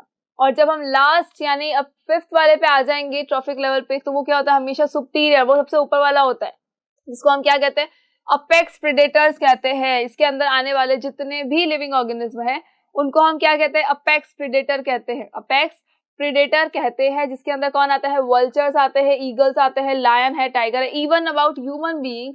तो ह्यूमन बीइंग्स भी किस में आते हैं, ह्यूमन बीइंग्स भी आते हैं हमारे अपेक्स प्रेडेटर के अंदर। ह्यूमन बीइंग्स किस में आते हैं, अपेक्स प्रेडेटर के अंदर ही आते हैं, ठीक है। सो अपेक्स प्रेडेटर में कौन कौन आएगा, वल्चर आ जाएंगे, ईगल होगा, लायन है, टाइगर एंड ह्यूमन बीइंग्स है। डोंट फॉरगेट कि ह्यूमन बीइंग कौन से में आता है। अब क्या होगा कि भाई जरूरी नहीं है कि प्रोड्यूसर को सिर्फ और सिर्फ प्राइमरी कंज्यूमर खाए, सिर्फ और सिर्फ सेकेंडरी कंज्यूमर खाए, सिर्फ और सिर्फ टेरिटरी कंज्यूमर खाए, कोई कंपलसरी नहीं है। लेकिन अब इन सबको खाने के लिए एक और कौन आया, डिकम्पोजर्स आ चुके हैं। जैसे ही इनकी डेथ हो जाएगी, हाथों हाथ क्या होगा, डिकम्पोजर्स जो है वो उसके ऊपर वर्क करना स्टार्ट कर देंगे। मतलब ये मान लो डिकम्पोजर्स तो बैठे हुए ही थे कि भैया इनमें से कोई मरे तो सही, हम सबसे पहले आ जाएंगे। सो जब इन सारी ट्रॉफिक लेवल्स में से कोई भी ऑर्गेनिज्म की डेथ होती है, चाहे वो ग्रीन प्लांट्स के ही रेजिड्यू क्यों नहीं है, चाहे वो हर्बीवोर्स है, चाहे कार्निवोर्स है, चाहे कोई भी है, कितना भी ऊपर क्यों नहीं है, चाहे अपेक्स प्रेडेटर भी क्यों नहीं है जो हाईएस्ट लेवल पर है, तब भी क्या होगा, डिकम्पोजर्स जो है वो इनको डिकम्पोज करते हैं आफ्टर डेथ, ठीक है। आफ्टर डेथ क्या होता है कि डिकम्पोजर्स क्या करते हैं, उसको डिकम्पोज करते हैं, एंड डिकम्पोज करने के बाद में क्या बनाते हैं, ह्यूमस फॉर्म कर देते हैं, एंड साथ ही साथ ऑर्गेनिक मैटर भी बना देते हैं। चलो, सो आई होप कि आपको ट्रॉफिक लेवल्स क्लियर हो गए हैं। देखो, डोंट फॉरगेट कि आप ऐसा नहीं करो कि जो सेकेंड ट्रॉफिक लेवल है तो हमने बोल दिया कि अच्छा सेकेंडरी कंज्यूमर है, नहीं। थर्ड ट्रॉफिक लेवल है तो हमने बोला कि अच्छा टेरिटरी कंज्यूमर है, बिल्कुल नहीं। ये मान के चलना, ये याद रखना कि जो ग्रीन प्लांट्स होते हैं वो हमेशा किस में आते हैं, प्रोड्यूसर्स में आते हैं, मतलब कि फर्स्ट नंबर पे आते हैं, बाकी सारे उसकी बाद है। तो इसका मतलब जब हम फोर्थ ट्रॉफिक लेवल की बात करेंगे तो एक माइनस हो जाएगा, यानी टेरिटरी कंज्यूमर्स बचेंगे। जब हम थर्ड ट्रॉफिक लेवल की बात करेंगे तो उसके अंदर हमेशा कौन बचेगा, सेकेंडरी कंज्यूमर्स बचेंगे। देन हम सेकेंड अगर ट्रॉफिक लेवल की बात करेंगे तो प्राइमरी कंज्यूमर्स बचने वाले हैं, ठीक है। अब एक चीज और कि अगर हम इनमें से किसी भी एक को गायब कर दे, चाहे हम थर्ड ट्रॉफिक लेवल को गायब कर दे या हम सेकेंड ट्रॉफिक लेवल को गायब कर दे, कोई भी अगर एक लेवल को गायब कर दे तो इम्पैक्ट क्या पड़ेगा, क्या पॉजिटिव इम्पैक्ट होगा या नेगेटिव इम्पैक्ट होगा। तो हो सकता है चलो पॉपुलेशन कम करने के लिए हमने क्या किया कि भाई इंसानों की पॉपुलेशन तो इतनी ज्यादा बढ़ रही है तो एक काम करते हैं, इन जानवरों की कम कर देते हैं। तो हमने सोचा कि एक काम करो कि जो थर्ड वाला है, थर्ड ट्रॉफिक लेवल है, यानी कि सेकेंडरी कंज्यूमर्स, इस वाले कॉलम को गायब कर देते हैं, यानी इसके जितने भी ऑर्गेनिज्म है, जैसे फ्रॉग है, ओ माय गॉड, स्पाइडर भी इसमें है, फिश है आपकी, इन सबको हम क्या कर दें, गायब कर देते हैं, ठीक है। यानी इन सबको अगर अनफॉर्चुनेटली हमने क्या किया, एकदम छड़ी घुमाई और एकदम गायब हो गए सारे के सारे। हमने छड़ी घुमाई और ये सारे के सारे ऑर्गेनिज्म क्या हो गए, गायब हो गए। तब क्या होगा, जब ये गायब हो जाएंगे तो इम्पैक्ट बहुत ज्यादा, इकोसिस्टम जो है उसका पूरा बैलेंस बिगड़ जाएगा। अभी तक जो इकोसिस्टम का पूरा बैलेंस चल रहा था वो पूरा का पूरा बिगड़ जाएगा, वो पूरा का पूरा खराब हो जाएगा। क्यों हो जाएगा? देखो, जब ये थर्ड ट्रॉफिक लेवल के सारे ही ऑर्गेनिज्म को हमने यहाँ से रिमूव कर दिया है तो क्या होगा? सेकंड जो फोर्थ ट्रॉफिक लेवल है उसको खाना नहीं मिलेगा, बिकॉज वो तो इन्हीं को खा रहे थे। तो फोर्थ ट्रॉफिक लेवल को खाना नहीं मिला तो लेक ऑफ न्यूट्रिएंट्स की वजह से वो धीरे धीरे ये भी खत्म हो जाएंगे। एंड इनके खत्म होने की वजह से जो ये अपेक्स प्रेडेटर है उनमें भी बहुत ही ज्यादा कम क्वांटिटी हो जाएगी उनकी, वो भी धीरे धीरे धीरे क्या होंगे? डेथ की ओर जाने लगेंगे। क्यों? जब इनको खाना नहीं मिल रहा, ये खत्म हो गए, इनको खाना नहीं मिलेगा तो इनको भी तो कैसे मिलेगा? फाइन, तो एक दूसरे को जब खाना नहीं मिलेगा तो ये खत्म हो जाएंगे। यानी कि अगर हमने एक की स्पीशीज को खत्म कर दिया है तो बाकी सबकी भी स्पीशीज सारी खत्म हो जाएंगी। तो ऐसा तो कुछ नहीं करना है। एंड क्या लोअर वाले जो ऑर्गेनिज्म है उनको इम्पैक्ट नहीं पड़ेगा? बिल्कुल पड़ेगा। क्यों पड़ेगा? देखो, यहाँ फर्स्ट ट्रॉफिक लेवल को खाने के लिए कौन है? हर्बीवोर्स है। हर्बीवोर्स को खाने के लिए कौन है? ये कार्निवोर्स है, यानी थर्ड ट्रॉफिक लेवल के ऑर्गेनिज्म है। लेकिन जब हमने क्या बोला कि भाई ये हर्बीवोर्स है, इनको कोई खाने वाला ही नहीं है, बिकॉज जो थर्ड ट्रॉफिक लेवल है उन्हीं को हमने गायब कर दिया, सारे ऑर्गेनिज्मों को गायब कर दिया। फ्रॉग है नहीं, स्पाइडर है नहीं, फिश है नहीं, तो इनको खाएगा कौन? तो इनको जब खाने वाला कोई भी नहीं है तो क्या होगा? इनकी क्वांटिटी बहुत ही ज्यादा इंक्रीज हो जाएगी। भले ही ये फिर भी थोड़ा बहुत यूज कर लेंगे लेकिन इतना नहीं करेंगे तो इनकी क्वांटिटी बहुत ज्यादा इंक्रीज होगी। वैसे ही जो ग्रीन प्लांट्स है इनकी भी क्वांटिटी क्या होगी? कंटिन्यूसली इंक्रीज होती चले जाएंगे। जितनी ज्यादा क्वांटिटी बढ़ेगी उतनी ज्यादा गड़बड़ है। तो इकोसिस्टम का बैलेंस रहा? बिल्कुल भी नहीं रहा। तो ये जो इकोसिस्टम का बैलेंस है इसको ही बनाए रखने के लिए क्या होता है? इन ट्रॉफिक लेवल्स को बनाया गया है, और इन ट्रॉफिक लेवल में से एक भी लेवल को हम मिस नहीं कर सकते। ठीक है, एक भी लेवल को हम मिस नहीं कर सकते। हमें ये सारे लेवल्स जो है ये सीक्वेंस में ही चाहिए। एंड एग्जाम के अंदर अगर आ जाए कि एक जो आपका ट्रॉफिक लेवल है, अगर हम उसको रिमूव कर दे, कोई भी एक ट्रॉफिक लेवल को रिमूव कर दे, तो जो हायर ट्रॉफिक लेवल है और जो लोअर ट्रॉफिक लेवल है उन पे क्या इंपैक्ट पड़ेगा? तो उन पे हमेशा नेगेटिव इंपैक्ट पड़ेगा। हायर ट्रॉफिक लेवल जो है वो खुद धीरे धीरे लेक ऑफ न्यूट्रिएंट की वजह से खत्म होते चले जाएंगे। एंड लोअर ट्रॉफिक लेवल में क्या होगा? इनका नंबर बढ़ जाएगा, इनका काउंटिंग जो है बढ़ जाएगा, नॉर्मल से ज्यादा हो जाएगा। चलो, नेक्स्ट थिंग इज 10% लॉ। अब ये 10% लॉ क्या है? ये 10% लॉ जो है ये किसके रिगार्डिंग है? ये ट्रॉफिक लेवल के रिगार्डिंग है। ट्रॉफिक लेवल के रिगार्डिंग है। Trophic level actually the thing is कि जब भी कोई ऑर्गेनिज्म या जब भी कोई ग्रीन प्लांट है, ये अपना खाना अगर बनाते हैं, यानी ये क्या कर रहे हैं? इनके अंदर अपनी एनर्जी को सिंथेसाइज कर रहे हैं। अपना खाना सिंथेसाइज कर रहे हैं तो साथ ही साथ क्या हो रहा है? एनर्जी भी बन रही है। अब क्या होगा? सपोज जो प्रोड्यूसर्स है उन्होंने बनाई है 10,000 kilo calorie energy, 10,000 kilo calorie इन्होंने एनर्जी जो है वो ऑलरेडी फॉर्म कर दी है। ठीक है, लेकिन जब ये इन ग्रीन प्लांट से प्राइमरी कंज्यूमर तक जाता है, ग्रीन प्लांट से कहाँ जाएगा? प्राइमरी कंज्यूमर तक जाएगा, यानी जो फर्स्ट हमारे हर्बीवोर्स है वहां तक भी अगर जाता है तो क्या होगा? यहाँ पर ओनली 10% जो है वो ट्रांसफर होगा। प्लांट की एनर्जी का ओनली 10% एनर्जी किसको मिलेगी? इस बॉक्स को मिलेगी। यानी कि अगर हम बात करें इन प्राइमरी कंज्यूमर के जो ऑर्गेनिज्म है, जो प्राइमरी कंज्यूमर वाली कैटेगरी में आता है, उस ट्रॉफिक लेवल के अंदर आता है, वहां के जितने भी ऑर्गेनिज्म है इन सबको कितनी एनर्जी मिल रही है? Only 10% of the plant. ठीक है, तो 10,000 का 10% किसको मिला? रैबिट को मिला। कितना मिला? 1000 किलो कैलोरी मिला। तो जो रिमेनिंग 90% है वो कहाँ जाएगा? तो जो रिमेनिंग 90% है वो हीट की फॉर्म में बाहर आ जाएगा, यानी हीट लॉस हो जाएगा उसकी वजह से। तो ओनली 10% एनर्जी जो है वो यूटिलाइज कर पाएगा, अदरवाइज 90% जो है वो उसमें हीट की फॉर्म में रिलीज हो जाएगा, हीट लॉस हो जाएगा। नेक्स्ट आ जाओ सेकेंडरी कंज्यूमर पे। जब सेकेंडरी कंज्यूमर आके प्राइमरी कंज्यूमर को खाएगा, जब ये स्नेक आके रैबिट को खाएगा तो क्या होगा ये कि यहाँ पर जो है सिर्फ उसका 10% जो है वो ट्रांसफर होगा, यानी कि 100 किलो कैलोरी। सपोज अगर इस रैबिट के अंदर थी 1000 किलो कैलोरी, तो इसके जो ऊपर वाले है, यानी कि जो हमारा next consumer is secondary consumer, तो ये कितनी एनर्जी पोजेस करेगा? इसमें से कितनी एनर्जी को ऑब्टेन करेगा? Only the 10% of the previous one. तो 1000 का 10% कितना हो गया? 100 किलो कैलोरी। फाइन, नेक्स्ट आ जाओ इसके ऊपर। जब हॉक पे आए, हॉक जो ईगल है, जो हॉक है, ये क्या कर रहा है? देखो फिर इसको झपटने की कोशिश कर रहा है। इसके अंदर भी क्या होगा? जब ये इसको खा लेगा तो इसको सिर्फ 10% एनर्जी मिलेगी, यानी कि 100 का भी कितना मिला? 10% मिला। मतलब कितनी कैलोरी मिल गई है? 10 किलो कैलोरी इसको मिल चुकी है।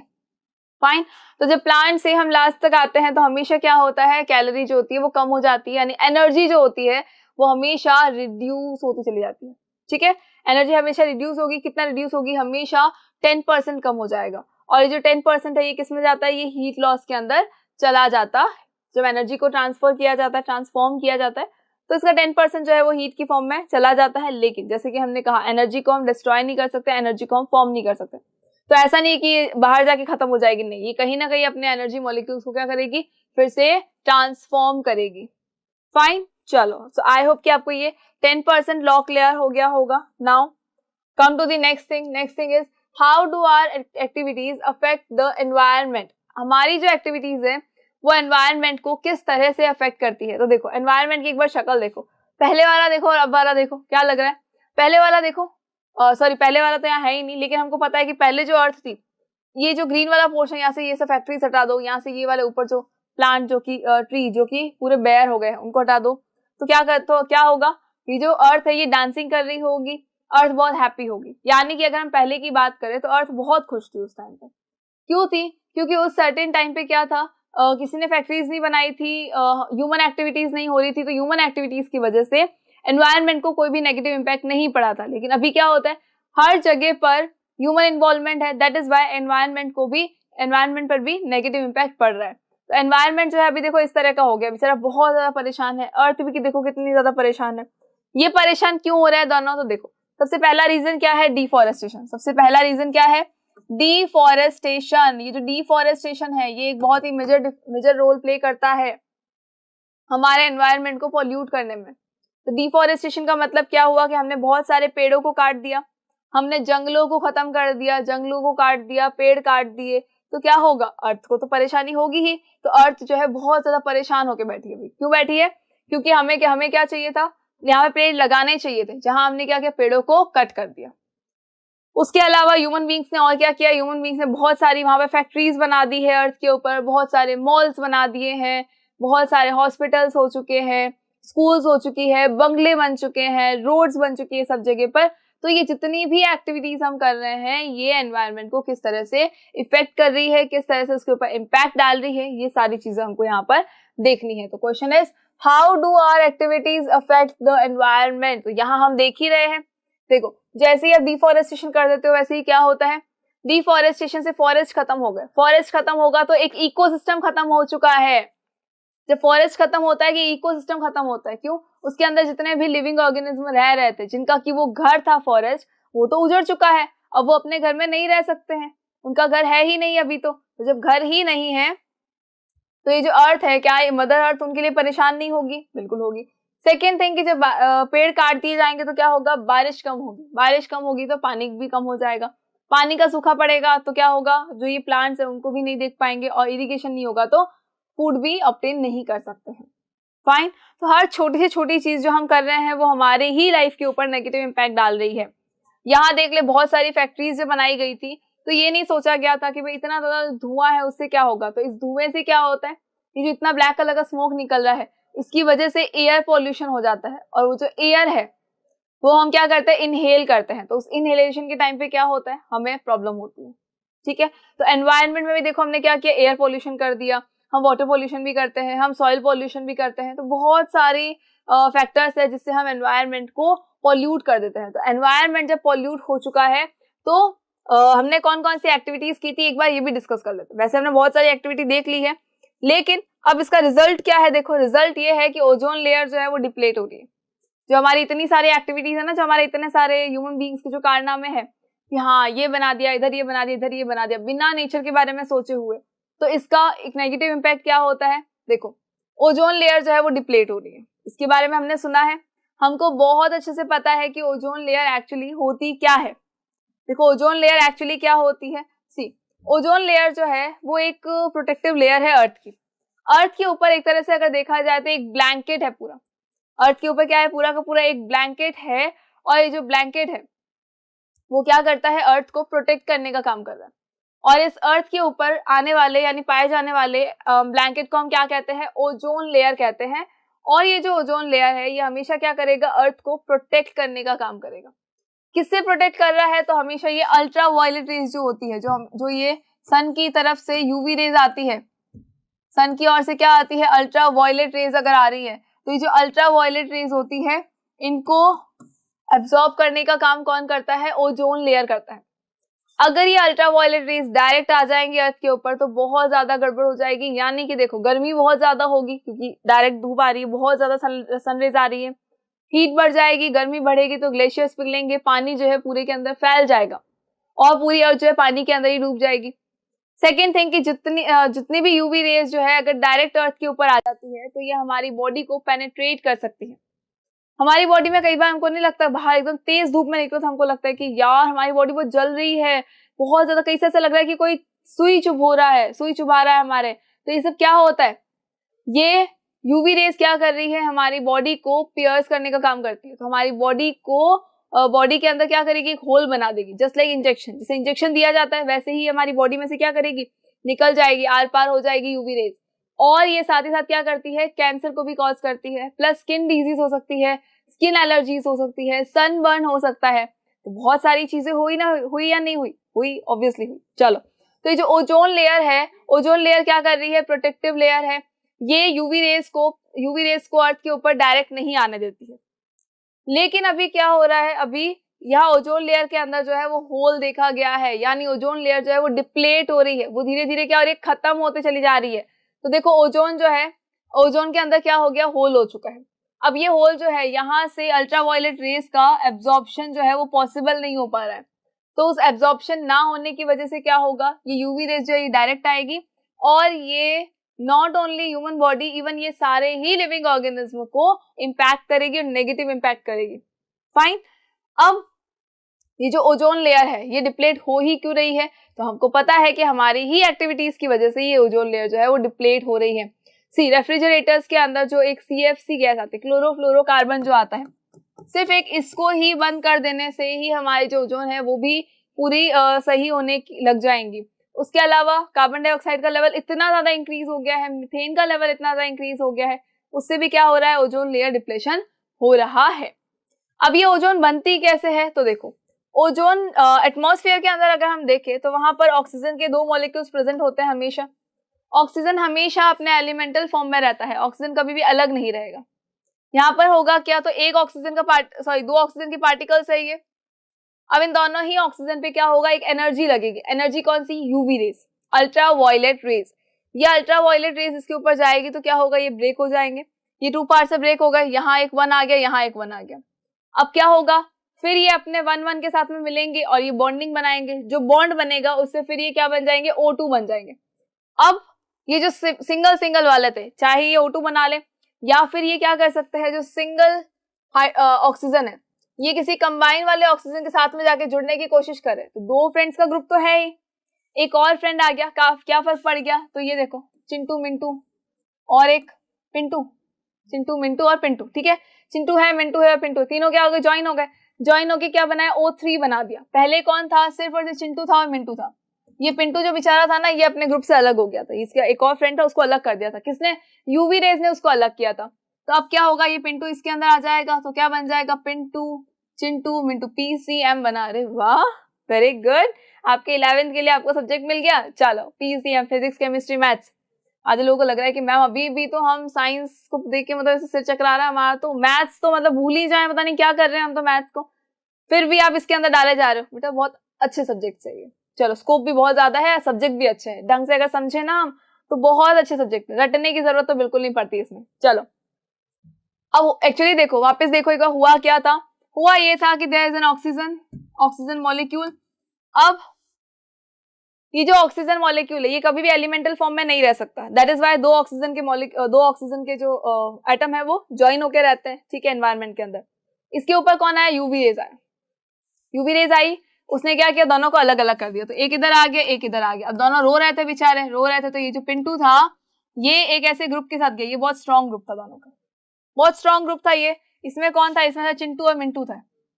अब ये जब पिंटू रो रहा था तो ये दोनों गए उसके पास कि भैया रो क्यों रहे हो? तो उसने बताई अपनी स्टोरी कि यूवी रेज आई थी, उसने हम दोनों को अलग कर दिया, तो मुझे मेरा भाई मिल नहीं रहा, अब तो कहीं कुंभ के मेले में गुम हो गया मेरा भाई। तो अब जब ये भाई कुंभ के मेले में गुम हो चुका है तो इसने क्या बोला? सीएम ने, यानी कि चिंटू और मिंटू ने क्या बोला कि बेटा एक काम करो, कोई बात नहीं, हम तुम्हारे भाई को मिलकर ढूंढेंगे। अब क्या हुआ? पिंटू भी इनके ग्रुप में शामिल हो गया। तो जब ये इनके ग्रुप में शामिल हुआ तो क्या हो गया? ये चिंटू, मिंटू और ये पिंटू तीनों ही देखो एक साथ में आ गए। ठीक है, तीनों ही देखो क्या हो गए, एक साथ के अंदर ज्वाइन हो गए। अब जब ये तीनों एक साथ ज्वाइन हो गए हैं तो इसको हम क्या बोलेंगे, इसको हम बोलेंगे ये क्या है, O3 है। देखो पहले ये क्या था, O2 था, O2 से ये O बना, एक O बन गया। अब क्या हुआ, ये वाला एक और O2 था, इस O2 के अंदर कौन आके ज्वाइन हो गया, O2 के अंदर ये वाला O आके ज्वाइन हुआ, तो उससे क्या बन गया, O3 बन चुका है। ठीक है, चलो आई होप कि अब आपको ये क्लियर हो गया होगा। सी वापस एक बार सुन ले, इसको तो अच्छे से याद कर ले कि ये क्या हो रहा था। पहले क्या था, O2 था, ठीक है, ऑक्सीजन मॉलिक्यूल था, इसके ऊपर कौन आया, यूवी रेज आई, यूवी रेज ने क्या किया, इसको ब्रेक कर दिया, ब्रेक किया तो क्या हुआ, ये पिंटू जो है ये अपने भाई से अलग हो गया। अब इसका भाई इसको कुंभ के मेले में नहीं मिल रहा है, तो अब क्या होगा, ये जो एक और जोड़ी है O2 की, कौन है, CM है, चिंटू और मिंटू है। इन्होंने क्या किया, SP को पकड़ा कि बेटा एक काम कर, तुम हमारी कैटेगरी में आ जाओ, हमसे बॉन्ड बना लो, हमारे साथ फ्रेंड्स बन जाओ, तब हम क्या करेंगे, आपके भाई को भी ढूंढ देंगे।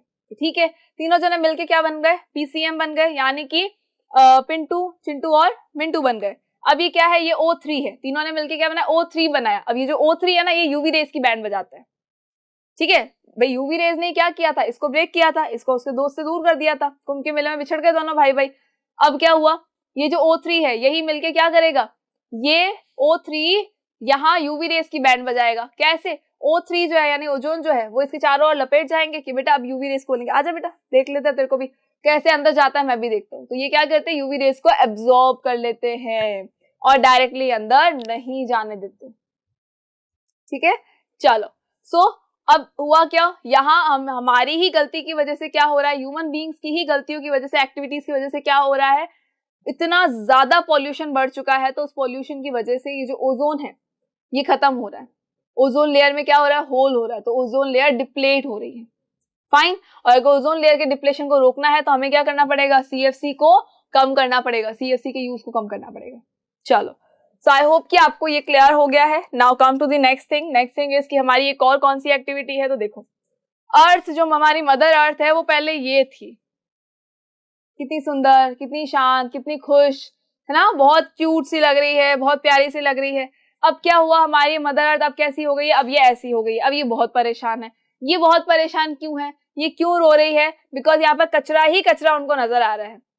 मम्मी नहीं परेशान होती है हमारी कि जब हम घर के अंदर कचरा फैला दे तो मम्मी क्या करती है, एक थप्पड़ लगा दे, सब फटाफट साफ कर, इसको हटा यहाँ से, ये क्या है, हटाओ इसको, सारा का सारा ये कचरा फालतू में फैला के रखा है। करती है कि नहीं करती है, लेकिन हमारी मदर अर्थ जो है ये हमें ऐसे थप्पड़ नहीं लगा सकती है। बट अभी ये देखो बहुत ज्यादा परेशान है, इतना सारा कचरा जो हो चुका है हमारे यहाँ पर। फाइन, तो हमें क्या करना है, इस वेस्ट को मैनेज करना है। हमें ये बहुत अच्छे से पता है कि वेस्ट आता कहाँ से है। वेस्ट कहाँ से आता है भाई, सुबह से लेकर शाम तक हम जितना भी काम कर रहे हैं सबके अंदर क्या आया, वेस्ट आया। कैसे हुआ, देखो मॉर्निंग में उठने से लेकर आप इवनिंग तक जितने काम करते हो एक बार उसको सोच के देखो।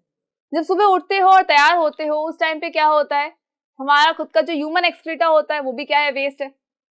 उसके बाद देखो, उसके बाद जब आप ब्रश व्रश करके आराम से रेडी हो जाते हो, रेडी होते हो तो जब बाल बनाते हो तो जो बाल बिखर रहे होते हैं वो भी क्या है, वेस्ट प्रोडक्ट में आता है। देन आप जिस कोम को यूज कर रहे हो अगर वो आपको लगा कि यार ये तो खराब हो चुका है, बाहर फेंक देते हैं, ये भी वेस्ट प्रोडक्ट हो गया।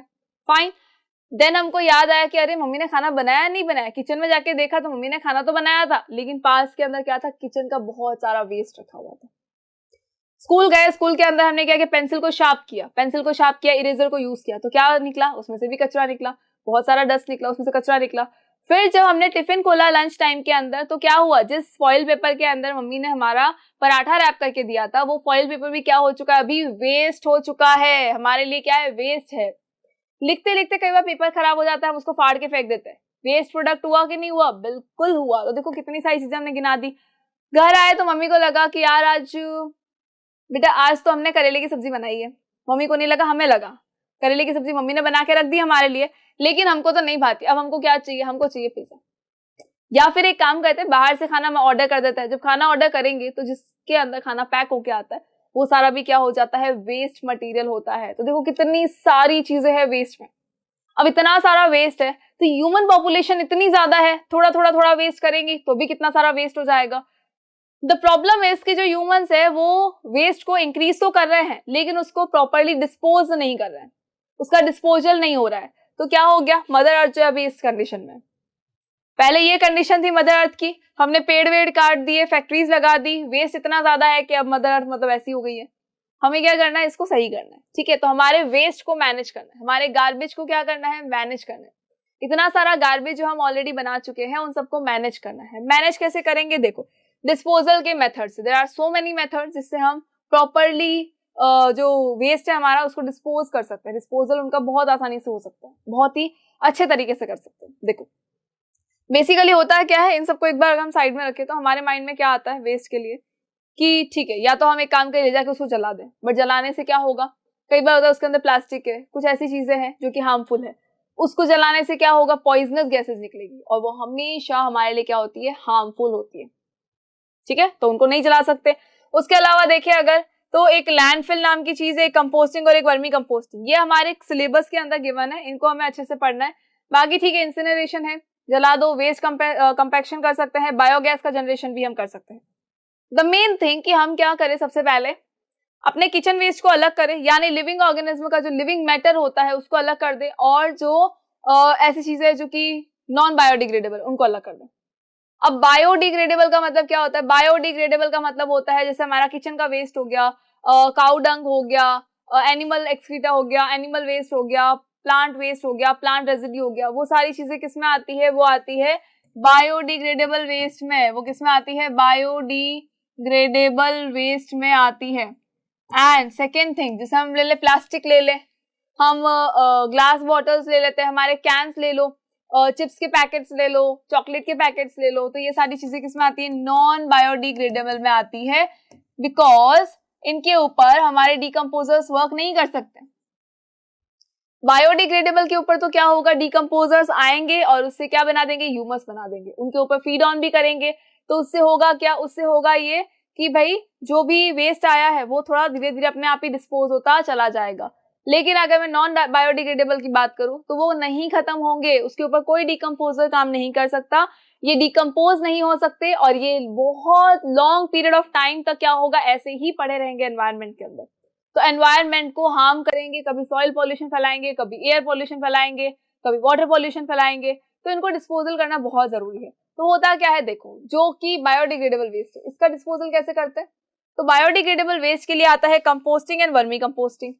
कंपोस्टिंग हमने पढ़ा था, क्या कहा था, there is a compost pit, एक गड्ढा खोदा है जिसके अंदर क्या किया, सारा का सारा लिविंग मैटर लाके डाल दिया, चाहे वो ह्यूमन एक्सक्रीटा है, चाहे वो एनिमल एक्सक्रीटा है, हमारे किचन का वेस्ट है, वेजिटेबल पील, फ्रूट पील, प्लांट रेसिड्यू, जो भी पार्ट है वो सारा का सारा कहाँ आ जाएगा, कंपोस्ट पिट में आएगा। उस कंपोस्ट पिट में हमने क्या किया है, उसको अच्छे से ढक दिया, कवर अप कर दिया। कुछ टाइम के बाद हमने उसको देखा, यानी 1 वीक या 15 डेज के बाद जब हमने उसको खोल के देखा तो हमें लगा कि अरे वाह, या तो ब्लैक कलर का कोई सब्सटेंस बन गया, पहले तो इतना सारा वेस्ट था, तो वेस्ट नहीं है, अब क्या है, ब्लैक कलर का एक सब्सटेंस है। उस ब्लैक कलर के सब्सटेंस को क्या कहा जाता है, ह्यूमस कहते हैं, या हम उसको कहते हैं organic matter. Actually the thing is कि उसके ऊपर कौन आ गए थे, डिकम्पोजर्स आ गए थे, डिकम्पोजर्स की बल्ले बल्ले हो गई थी, पूरी पार्टी वार्टी चल रही थी। क्यों चल रही थी, जितना भी वेस्ट आपने उस कंपोस्ट पिट में डाला था वो सारा डिकम्पोजर्स के लिए क्या है, खाना है उनका, तो वो उनके ऊपर फीड ऑन करेंगे, फीड ऑन करने के बाद जो रिमेनिंग पार्ट रहेगा, जो वेस्ट प्रोडक्ट रहेगा वो वहीं रहेगा, उसी को हमने क्या नाम दे दिया, ह्यूमस या ऑर्गेनिक मैटर कहा। ब्लैक कलर का ह्यूमस होता है या ऑर्गेनिक मैटर, एंड ये प्लांट्स के लिए फिर से काम आता है एज मैन्योर। ये प्लांट बॉडी के लिए काम आ सकता है बिकॉज इसके अंदर वो न्यूट्रिएंट्स होते हैं जो अगर सॉइल के अंदर बिखेर दिए जाएं तो प्लांट बॉडी को सारे न्यूट्रिएंट्स प्रोवाइड हो जाएंगे।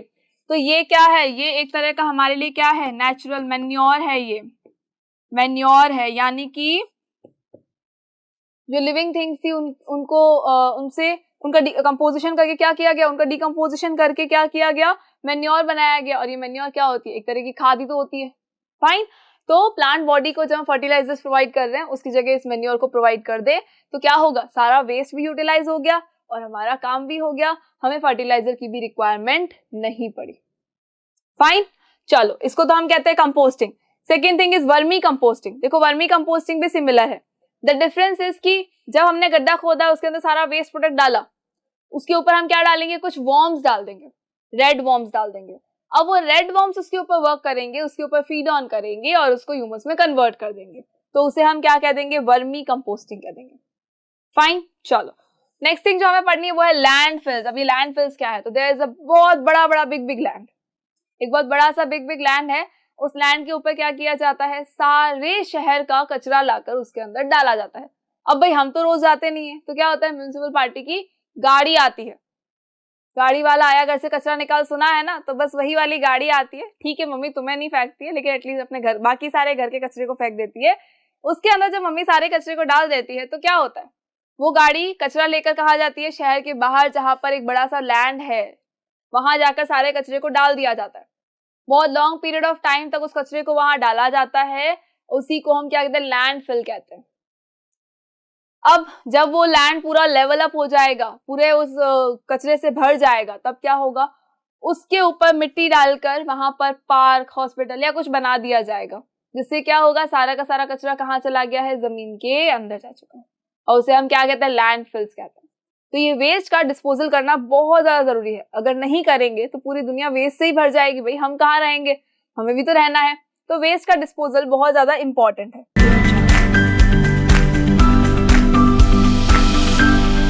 आई होप कि आपकी एग्जाम की टेंशन तो अब काफी हद तक कम हो गई होगी, बिकॉज हमने बहुत सारे चैप्टर्स के इंपॉर्टेंट क्वेश्चंस को पढ़ लिया है, यानी कि आपके काफी सारे चैप्टर्स आपके लिए रिवाइज हो चुके हैं। तो अब आपको एग्जाम के बारे में सोच सोच के इतना डर नहीं लग रहा होगा, बिकॉज आप क्वेश्चंस को भी देख रहे हो, आपको पता है कि एग्जाम में किस टाइप के क्वेश्चंस आ सकते हैं। हमने समरी वाला पार्ट भी देखा है। अगर बुक के अंदर आपको कहा जाए कि भाई इस टॉपिक को एक्सप्लेन करना है, तो आई होप कि ये तो आपके लिए इजी है। कुछ जो कॉम्प्लिकेटेड क्वेश्चंस होते हैं, कई बार जो घुमा के दे दिए जाते हैं, वो भी हम देख रहे हैं, ताकि आपको एग्जाम में प्रॉब्लम ना हो। तो आज हम देखेंगे आर एनवायरनमेंट चैप्टर के क्वेश्चंस को। So I Lavina Kumawat welcoming you all at Scoreshala. देखो, आर एनवायरनमेंट चैप्टर बहुत इजी सा चैप्टर है, बिकॉज हमको पता है कि भाई हम किसके बारे में बात कर रहे हैं।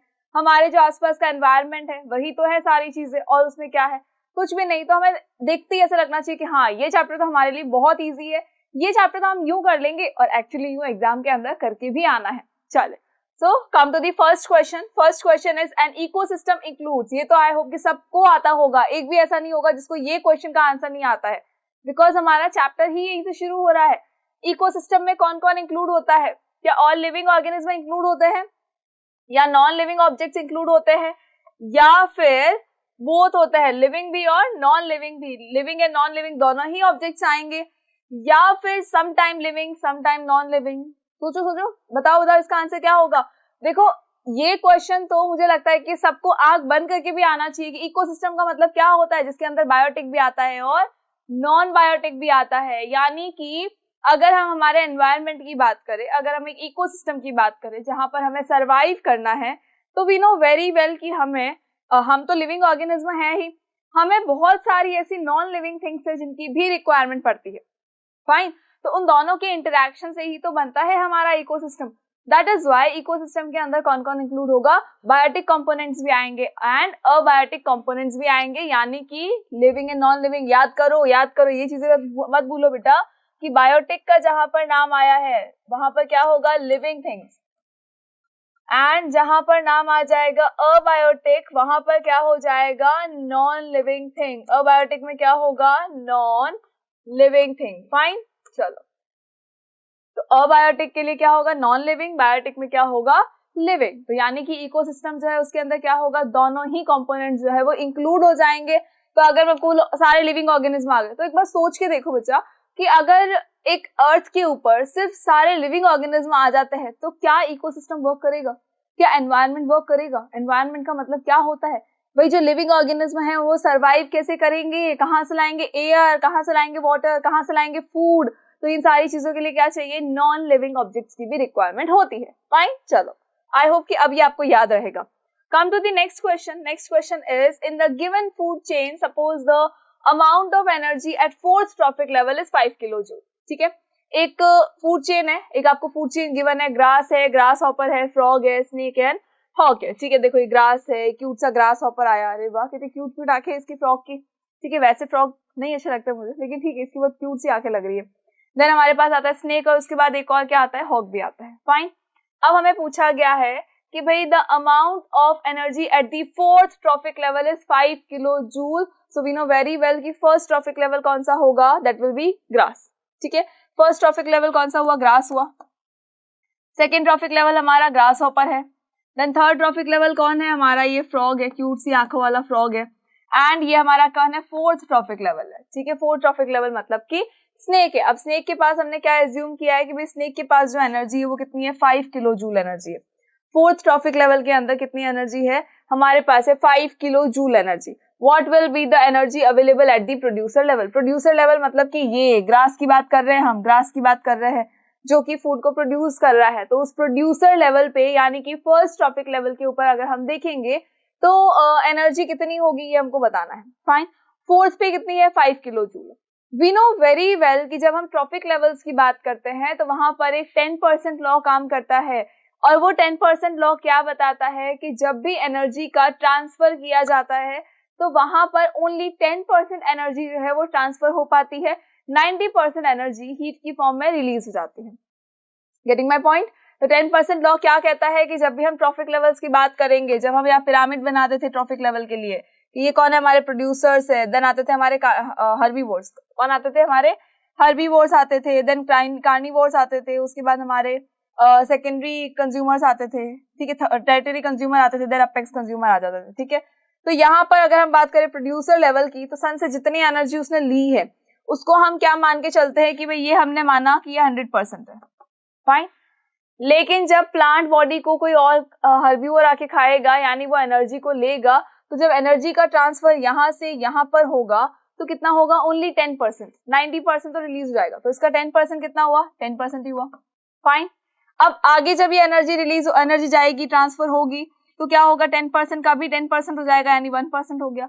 देन और आगे गया तो ये हो गया 0.1%, एंड देन और आगे गया तो 0.01%। फाइन, तो ये क्या है, 10% एनर्जी जो है वो ट्रांसफर हो रही है। तो अगर प्रीवियस वाले में चेक करूं तो प्रीवियस वाले में चेक करोगे तो क्या होगा, 10 गुना एनर्जी तो होगी, ऑब्वियस सी बात है 10 गुना एनर्जी होनी चाहिए। तो स्नेक जो है, स्नेक के पास कितनी एनर्जी है, 5 किलो जूल एनर्जी है। अगर मैं आपको बोलूं कि उससे जस्ट पहले जो थर्ड ट्रॉफिक लेवल है वहां पर जो फ्रॉग है उसके पास एनर्जी कितनी होगी, तो उसके पास एनर्जी हो जाएगी मल्टीप्लाई बाय 10। इसके पास एनर्जी कितनी होगी, मल्टीप्लाई बाय 10 होगी। तो स्नेक के पास कितनी है, 5, तो मल्टीप्लाई 10 कर लो, तो इसके पास में क्या हुई, 50 किलो जूल हुई। अब उससे और पहले आ जाओ, तो और पहले आओगे तो क्या होगा, अगेन मल्टीप्लाई बाय 10, किससे, 50 से। तो 50 को मल्टीप्लाई कर लो 10 से, तो एनर्जी किसके पास आ गई, ग्रास हॉपर के पास आ गई। अब अगर मैं बात करूं ग्रास की, ग्रास के पास कितनी एनर्जी थी, तो जो ग्रास हॉपर के पास एनर्जी है उसको अगेन हम किससे मल्टीप्लाई कर देते हैं, हम मल्टीप्लाई कर देते हैं अगेन 10 से, तो हमको पता चल जाएगा कि भाई ग्रास के पास में कितनी ज्यादा एनर्जी है अभी। फाइन, तो स्टार्टिंग में थी तो 5000 किलो जूल एनर्जी जो थी वो प्रोड्यूसर के पास में थी, इसीलिए जब आगे से आगे ओनली 10% एनर्जी अगर ट्रांसफर हुई है तो फोर्थ ट्रॉफिक लेवल तक आते आते क्या हुआ, ओनली 5 किलो जूल एनर्जी जो है वो रह गई है, यानी कि जो मेजर पार्ट था एनर्जी का वो ऑलरेडी उसका लॉस हो चुका है। अब जो रिमेनिंग है वो ये है। फाइन, चलो आगे आ जाओ, नेक्स्ट क्वेश्चन पे आते हैं। नेक्स्ट क्वेश्चन क्या बोल रहा है हमको, नेक्स्ट क्वेश्चन ये बोल रहा है कि accumulation of non biodegradable pesticides in the food chain. Accumulation हो रहा है, किसका अक्युमुलेशन हो रहा है, कौन इकट्ठा हो रहा है, कौन कलेक्ट हो रहा है, पेस्टिसाइड्स किसमें हो रहा है, नॉन बायोडिग्रेडेबल पेस्टिसाइड्स जो होता है वो कलेक्ट हो रहे हैं किसमें, in the food chain in increasing amount at each higher trophic level is known as. देखो हर एक ट्रॉफिक लेवल पे क्या होता है, कुछ पेस्टिसाइड्स जो है वो ट्रांसफर होते हैं, कैसे होंगे यहाँ देख ले। ओके, यहाँ आ जाओ, चलो यहाँ पर देखो क्या वो वाटर था, वाटर के बाद में क्या एल्गी है, एल्गी के पास में क्या होगा, कुछ एटलीस्ट ऐसा कुछ होगा लाइक बहुत सारे केमिकल्स होंगे इसके अंदर, ठीक है। यहाँ हम अगर एल्गी की बात नहीं कर रहे, हम आ जाते हैं हमारे ग्रास पे, हमारे प्लांट्स पे, मतलब कि कौन है, प्रोड्यूसर्स है। यहाँ पर कौन है, प्रोड्यूसर्स है। अब ये प्रोड्यूसर्स जो होते हैं इनके पास में क्या होगा, पेस्टिसाइड्स होंगे इनके पास में फर्टिलाइजर्स भी होंगे, इनके पास बहुत सारे केमिकल्स होंगे, देगा कौन, ह्यूमन बीइंग देंगे। फाइन, तो जो प्रोड्यूसर्स है, प्लांट हो गए, ग्रास हो गए, इनके अंदर क्या आया, बहुत सारे पेस्टिसाइड्स अभी है, सॉइल के अंदर है, तो सॉइल के अंदर है तो क्या होगा, ये प्लांट्स क्या करेंगे, वहां से एब्जॉर्ब कर लेंगे, इनके अंदर अभी केमिकल आ चुके हैं। अब ये जो केमिकल है ये कहाँ जाएंगे, ये हर्बीवोर के पास में जाएंगे, जब प्रोड्यूसर को हर्बीवोर्स जो है वो खा लेंगे। जब हर्बीवोर्स आकर प्रोड्यूसर्स को खाएंगे तो क्या होगा, यहाँ से जो केमिकल था वो कहाँ चला गया, अभी हर्बीवोर में चला गया, तो यहाँ पर जो केमिकल का लेवल होगा वो थोड़ा और इंक्रीज हो जाएगा। प्राइमरी कार्निवोर आके क्या करेगा, वो हर्बीवोर को खा लेगा। जब इसने हर्बीवोर को खाया तो हर्बीवोर के अंदर जो केमिकल थे वो कहाँ चले गए, कार्निवोर में। और अब अगर मैं आपको बोलूं कि केमिकल का लेवल क्या हो गया, तो आपने बोला कि मैम और इंक्रीज हो गया, यहाँ जितना लेवल था उससे ज्यादा लेवल किसका है, हर्बीवोर का है। हर्बीवोर से ज्यादा केमिकल का लेवल किसका है, कार्निवोर का है। कार्निवोर से भी अगर ऊपर जाते हैं हम, सेकेंडरी कार्निवोर पे जाते हैं, सेकेंडरी कार्निवोर पे अगर जाएंगे तो क्या होगा, आगे वाला जो कार्निवोर है उसमें क्या हो जाएगा, वहां पर जो केमिकल का लेवल होगा वो और ज्यादा होने वाला है। क्या होगा, और ज्यादा केमिकल का लेवल होगा। और जितना ज्यादा यहाँ पर केमिकल का लेवल बढ़ेगा तो इसको हम क्या कहते हैं, जितना ऊपर जाते हैं उतना ही ज्यादा केमिकल का लेवल इंक्रीज हो रहा है। तो इसे हमने क्या नाम दिया है, इसे हमने क्या यूट्रोफिकेशन कहा है, या पॉल्यूशन, या अकमलेशन, या बायोमैग्निफिकेशन। तो हम इसको कहते हैं बायोमैग्निफिकेशन। हम इसे क्या कहते हैं, बायोमैग्निफिकेशन कहते हैं। हम ना इसे यूट्रोफिकेशन कहेंगे, ना ही हम इसे पॉल्यूशन कहेंगे, ना ही हम इसको अकमलेशन कहेंगे। हम इसे क्या कहेंगे, बायोमैग्निफिकेशन। यहाँ अकमलेशन वर्ड देखकर यहाँ टिक मार्क नहीं कर देना, बिल्कुल नहीं, गलत हो जाएगा। भावनाओं में बिल्कुल नहीं बहना है, ठीक है। क्वेश्चन पढ़ते ही बिल्कुल भावनाओं में मत बह जाना। आंसर क्या होगा, बायोमैग्निफिकेशन होगा कि हर एक ट्रॉफिक लेवल पर जाते जाते, first trophic level, second level, third level, fourth level, आगे से आगे जितना जाते हैं उतना क्या होता है, केमिकल का लेवल एकदम से इंक्रीज हो जाता है। और जितना केमिकल का लेवल इंक्रीज हो रहा है तो उसे हम क्या नाम देते हैं, उसे हम कहते हैं बायोमैग्निफिकेशन। चलो नेक्स्ट क्वेश्चन पे आ जाओ। That is in an ecosystem the 10% of energy available for transfer from one trophic level to the next is in the form of। किसी एक इकोसिस्टम के अंदर, जैसे कि अभी हमने कहा कि जो हमारा फर्स्ट ट्रॉफिक लेवल है जहां पर प्रोड्यूसर्स है, वहां से जब एनर्जी सेकंड ट्रॉफिक लेवल पर जाती है जहां पर हर्बीवोर्स है, तो वहां एनर्जी किस फॉर्म में जा रही है। लाइक अभी हमने क्या कहा, हम क्या बोल रहे हैं, हम ये कह रहे हैं कि भाई यहाँ से देखो क्या हो रहा है, यहाँ पर जो हमारे प्रोड्यूसर्स है, यहाँ पर कौन है, हमारे प्रोड्यूसर्स है, देन हमारे हर्बीवोर्स, देन आगे कार्निवोर्स, उसके बाद और कार्निवोर, और उसके बाद ह्यूमन बीइंग्स आ जाते हैं। तो ये हमारा फर्स्ट ट्रॉफिक लेवल होता है, ये हमारा सेकंड ट्रॉफिक लेवल हुआ, ये हमारा थर्ड ट्रॉफिक लेवल हुआ, ये फोर्थ हुआ, और एट लास्ट हम आते हैं हमारे फिफ्थ यानी टॉप लेवल पे। फाइन। अब हमने कहा कि जो एनर्जी ट्रांसफर हो रही है वो यहाँ से यहाँ जब ट्रांसफर होती है तो वो ओनली 10% होती है प्रीवियस वाले की। यहाँ से और आगे जब ट्रांसफर होती है तो ओनली अगेन कितनी होती है, अगेन वही है, वो 10% ही एनर्जी जो है वो ट्रांसफर होगी। लेकिन अब ये क्वेश्चन ये पूछ रहा है कि कौन सी फॉर्म में होती है, इन द फॉर्म ऑफ, कौन सी फॉर्म के अंदर जो एनर्जी है वो ट्रांसफर हो रही है। अब जो एनर्जी ट्रांसफर हो रही है, क्या वो हीट एनर्जी है, या फिर वो लाइट एनर्जी है, या वो केमिकल एनर्जी है, या फिर वो मैकेनिकल एनर्जी है। तो जब हम फूड लेते हैं, जब हम प्लांट बॉडी से कोई फूड अगर इंटेक करते हैं तो क्या हमारी बॉडी में से लाइट निकलती है, नहीं निकलती है। तो क्या हमारी बॉडी बहुत ज्यादा गर्म हो जाती है, बहुत ज्यादा जलने लगती है, नहीं होता, ऐसा भी नहीं होता। तो क्या हमारी बॉडी बिल्कुल हार्ड हो जाती है, वो भी नहीं होता। या हमारी बॉडी जो कंटिन्यूस एकदम से मूवमेंट करने लग जाती है, नहीं, ऐसा भी नहीं होता है।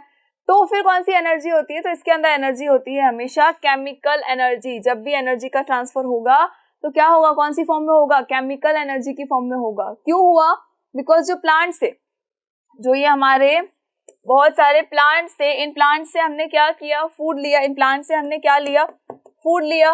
और यही फूड कौन ले रहा है, कौन इनटेक करता है, सारे हर्बीवोर्स, जितने भी लिविंग ऑर्गेनिज्म है जो कि हर्बीवोर्स हैं, वो क्या खाते हैं, वो फूड को ही इनटेक कर रहे हैं। तो एनर्जी कहाँ पर है, अभी एनर्जी पूरी कहाँ स्टोर्ड है, फूड के अंदर स्टोर है। और उसी एनर्जी को जब कोई भी ह्यूमन बीइंग, कोई भी अदर लिविंग ऑर्गेनिज्म अगर उसको इनटेक करता है तो वो एनर्जी कहाँ चली जाएगी, उनकी बॉडी में जाएगी। लेकिन ये जो फूड के अंदर एनर्जी अभी स्टोर्ड है, ये केमिकल फॉर्म में स्टोर्ड है। ये किसमें स्टोर्ड है, केमिकल एनर्जी की फॉर्म में स्टोर्ड है। तो जब ये आगे ट्रांसफर भी होगी तो ये कौन सी एनर्जी की फॉर्म में स्टोर होगी, ये हमेशा केमिकल एनर्जी की फॉर्म में ही स्टोर की जाएगी। ना लाइट एनर्जी, ना ही आपकी हीट एनर्जी, और ना ही मैकेनिकल एनर्जी। फाइन। चलो आगे आ जाओ नेक्स्ट क्वेश्चन पे। नेक्स्ट क्वेश्चन क्या बोल रहा है आपको, क्या पूछ रहा है आपसे, that in the following groups of materials which group contains only non biodegradable items। इसको तो आप हाईलाइट कर ले कि हमें क्या चाहिए, ओनली नॉन बायोडिग्रेडेबल आइटम्स चाहिए। यहाँ आपको कुछ ग्रुप्स गिवन है, कुछ वेस्ट मटेरियल के, कुछ मटेरियल के आपको ग्रुप्स गिवन है। अब उन ग्रुप में से आपको ये बताना है कि कौन सा ऐसा ग्रुप है जिसके अंदर only non biodegradable materials present है, ओनली नॉन बायोडिग्रेडेबल है। तो फर्स्ट चेक कर ले, wood, paper, leather. We know very well कि जो वुड होता है ये किससे रिलेटेड है, ये प्लांट से रिलेटेड है। पेपर जो है ये किससे रिलेटेड है, प्लांट बॉडी से, यानी कि क्या है, लिविंग थिंग हो सकती है। और अगर ये लिविंग थिंग है इसका मतलब क्या होगा, इसका मतलब है कि ये बायोडिग्रेडेबल वेस्ट है जिसको डिग्रेड किया जा सकता है। वी नो वेरी वेल कि जो लिविंग मैटर होता है, जितना भी लिविंग मैटर होता है वो सारा का सारा लिविंग मैटर जो है वो डिग्रेड किया जा सकता है by the help of decomposers. Decomposers क्या करते हैं, लिविंग मैटर को डिकम्पोज करते हैं, उनको डिग्रेड कर देते हैं ताकि उससे क्या बनाया जा सके, ह्यूमस बनाया जा सके। लेकिन अगर हम बात करें नॉन बायोडिग्रेडेबल की, तो ऐसे सब्सटेंसेस जिनको आप बिल्कुल भी कन्वर्ट नहीं कर सकते, बिल्कुल भी उनको डिकम्पोज नहीं कर पा रहे हैं, डिग्रेड नहीं कर पा रहे हैं, वो सालों तक ऐसे ही पड़े रहेंगे, जैसे है अभी वैसे ही रहेंगे, उनको हम क्या कहते हैं, नॉन बायोडिग्रेडेबल कहते हैं। तो फर्स्ट वाला तो हमारा एलिमिनेट हो गया कि भाई वुड तो हो नहीं सकता, पॉसिबल ही नहीं है, फर्स्ट वाले को क्रॉस कर दो। सेकेंड आ जाओ, पॉलिथीन, डिटर्जेंट एंड पीवीसी। क्या पॉलिथीन आपका नॉन बायोडिग्रेडेबल है? बिल्कुल है, तभी तो इसको बैन कर किया जा रहा है, कंटिन्यूअसली बोल रहे हैं कि बैन करो, पॉलिथीन को बैन करो and all that. Next is detergent. Detergent क्या लिविंग ऑर्गेनिज्म है हमारा? क्या लिविंग मैटर है? क्या किसी लिविंग ऑर्गेनिज्म से आया है? नहीं, इसको तो फैक्ट्री में बनाया गया है, इसका मतलब ये भी कैसा है, नॉन बायोडिग्रेडेबल है। पीवीसी, ये भी तो नॉन बायोडिग्रेडेबल है, तीनों ही क्या हो गए, नॉन बायोडिग्रेडेबल आइटम हो गए, इसका मतलब है इसको मार्क कर ले। अब इसको मार्क तो कर ले, लेकिन अगेन वही है बेटा, भावनाओं में बिल्कुल नहीं बहना, कहीं नहीं बहना है भावनाओं के अंदर, बिकॉज हमारे ऑप्शंस तो यहाँ है, ठीक है, ऑप्शंस हमारे यहाँ है, ऑप्शंस वहां नहीं है, ये तो ठीक है, हम चेक कर रहे हैं कौन सा है कौन सा नहीं, फिर हम ऑप्शन को मार्क कर देंगे। नेक्स्ट आ जाओ, plastic, detergent and glass. Plastic non biodegradable है? बिल्कुल है, बहुत लॉन्ग पीरियड ऑफ टाइम तक भी वो बिल्कुल भी खत्म नहीं होता है, लॉन्ग पीरियड ऑफ टाइम तक रखने के बाद भी वो एज इट इज रहता है। डिटर्जेंट पे आ जाओ, क्या डिटर्जेंट आपका नॉन बायोडिग्रेडेबल है? बिल्कुल है, अभी हमने देखा था। ग्रास, क्या ग्रास भी नॉन बायोडिग्रेडेबल है? तो नो, बिकॉज ये क्या है, ये प्रोड्यूसर है, ये लिविंग ऑर्गेनिज्म है, इसीलिए हम इसको बायोडिग्रेडेबल कहते हैं, ये नॉन बायोडिग्रेडेबल बिल्कुल भी नहीं है, तो ये क्या है, ये बायोडिग्रेडेबल है। फाइन, चलो, तो ये भी हमारा क्या हो गया, ऑप्शन एलिमिनेट हो गया, थर्ड आंसर नहीं हो सकता। Next is plastic, bakelite and DDT. Yes, ये तीनों क्या है, ये नॉन बायोडिग्रेडेबल, प्लास्टिक भी है, बेकेलाइट भी है और डीडीटी भी है, ठीक है, तो इनको हम क्या कह देंगे, ये हमारे आंसर है। कौन कौन से हुए आंसर्स, सेकेंड एंड फोर्थ हुए, जिसके अंदर क्या है, ये देखो कौन सा है, डी वाला, सेकेंड एंड फोर्थ है, जिसके अंदर क्या आ रहा है, सारे ही आइटम जो है वो नॉन बायोडिग्रेडेबल है, एक भी उसमें से बायोडिग्रेडेबल आइटम नहीं है। फाइन, चल, the next question is, which of the following limits the number of trophic levels in a food chain. देखो, जब हमने ट्रॉफिक लेवल के बारे में पढ़ा था, जब फूड चेन के बारे में पढ़ा था, तो हमने कहा था कि जो ट्रॉफिक लेवल्स होते हैं वो मोस्टली कितने होते हैं, 5 ट्रॉफिक लेवल्स होते हैं, ओनली 5 ट्रॉफिक लेवल्स होते हैं।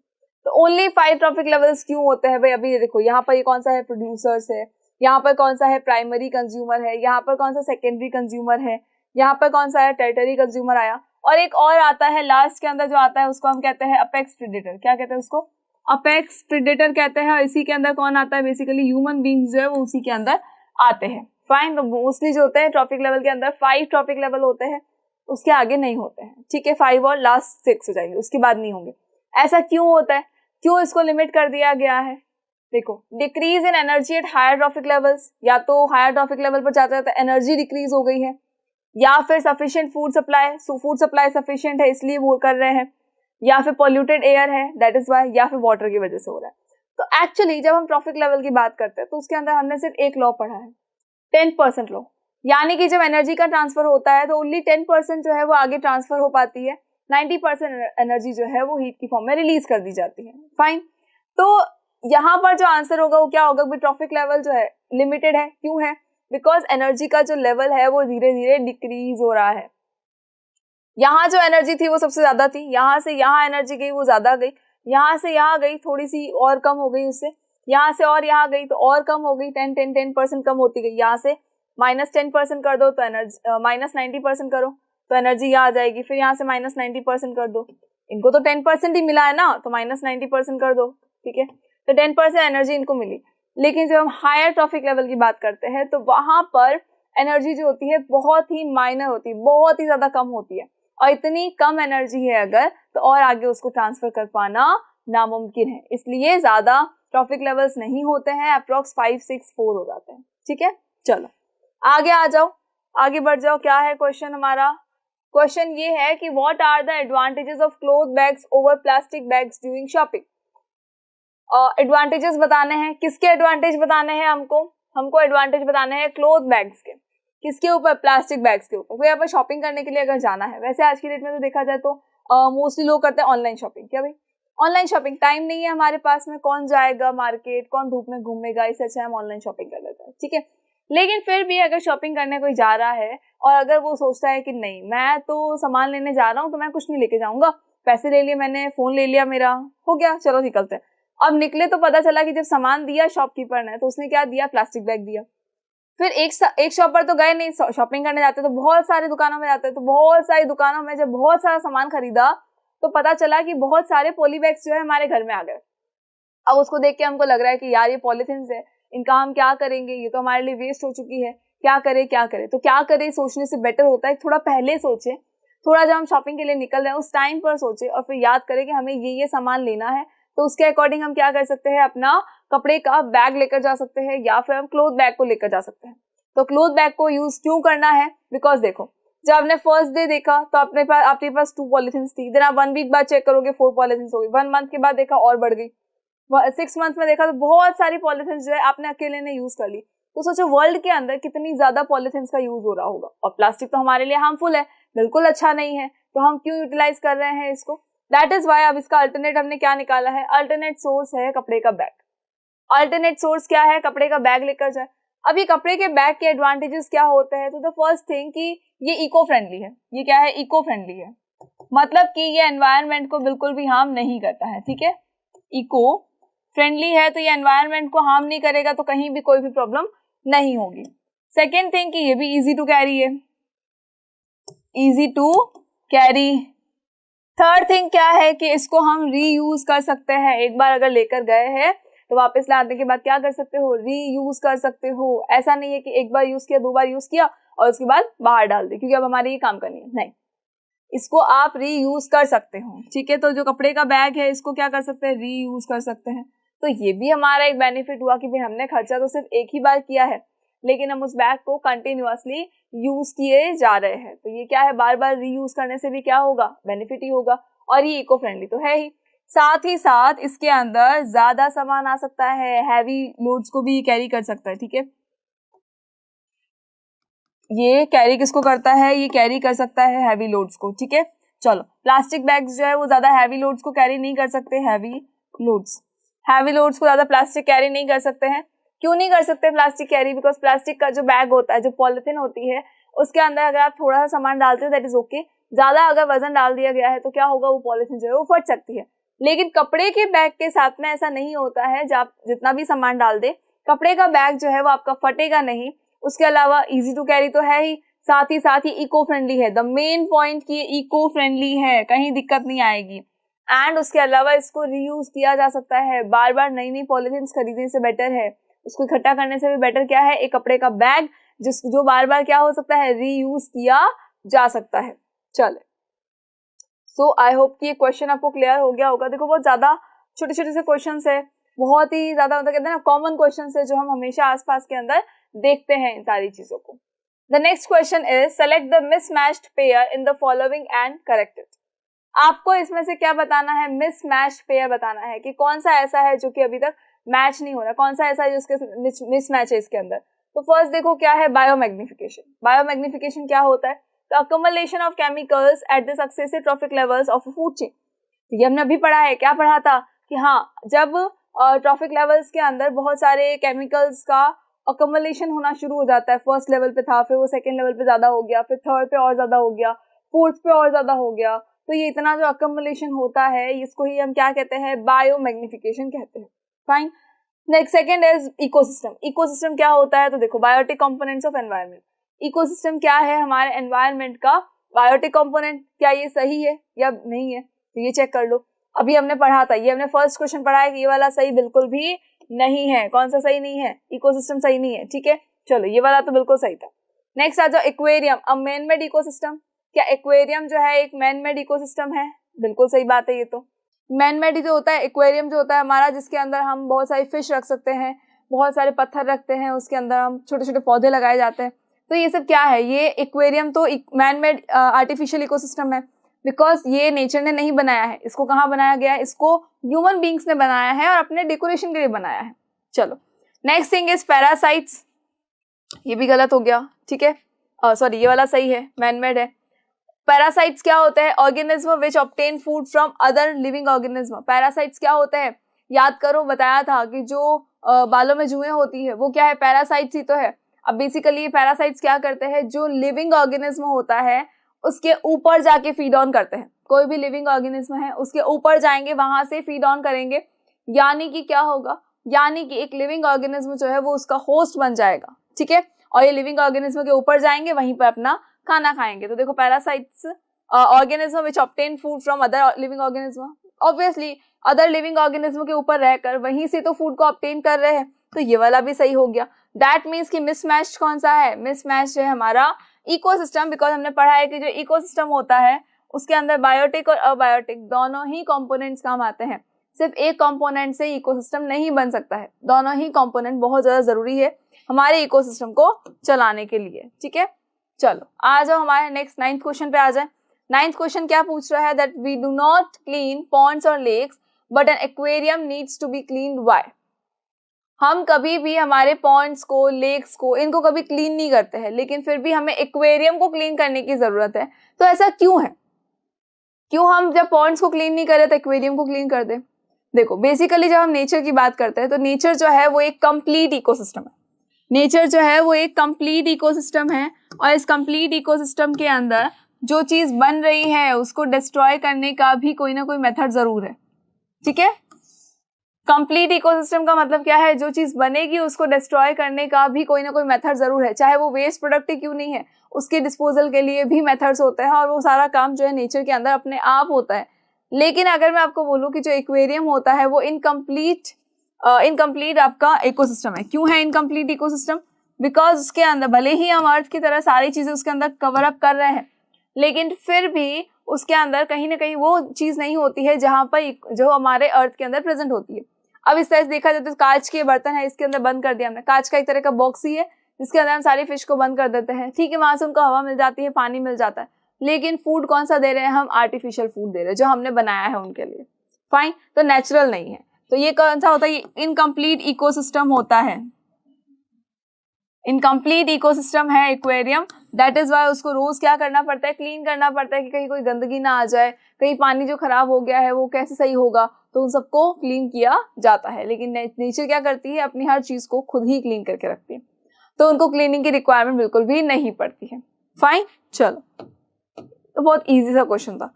Next question is indicate the flow of energy in an ecosystem, why it is unidirectional and justify. आपको क्या बताना है? इंडिकेट करना है the flow of energy in an ecosystem, कि इकोसिस्टम के अंदर एनर्जी का फ्लो जो है वो किस साइड के अंदर है, ये आपको बताना है।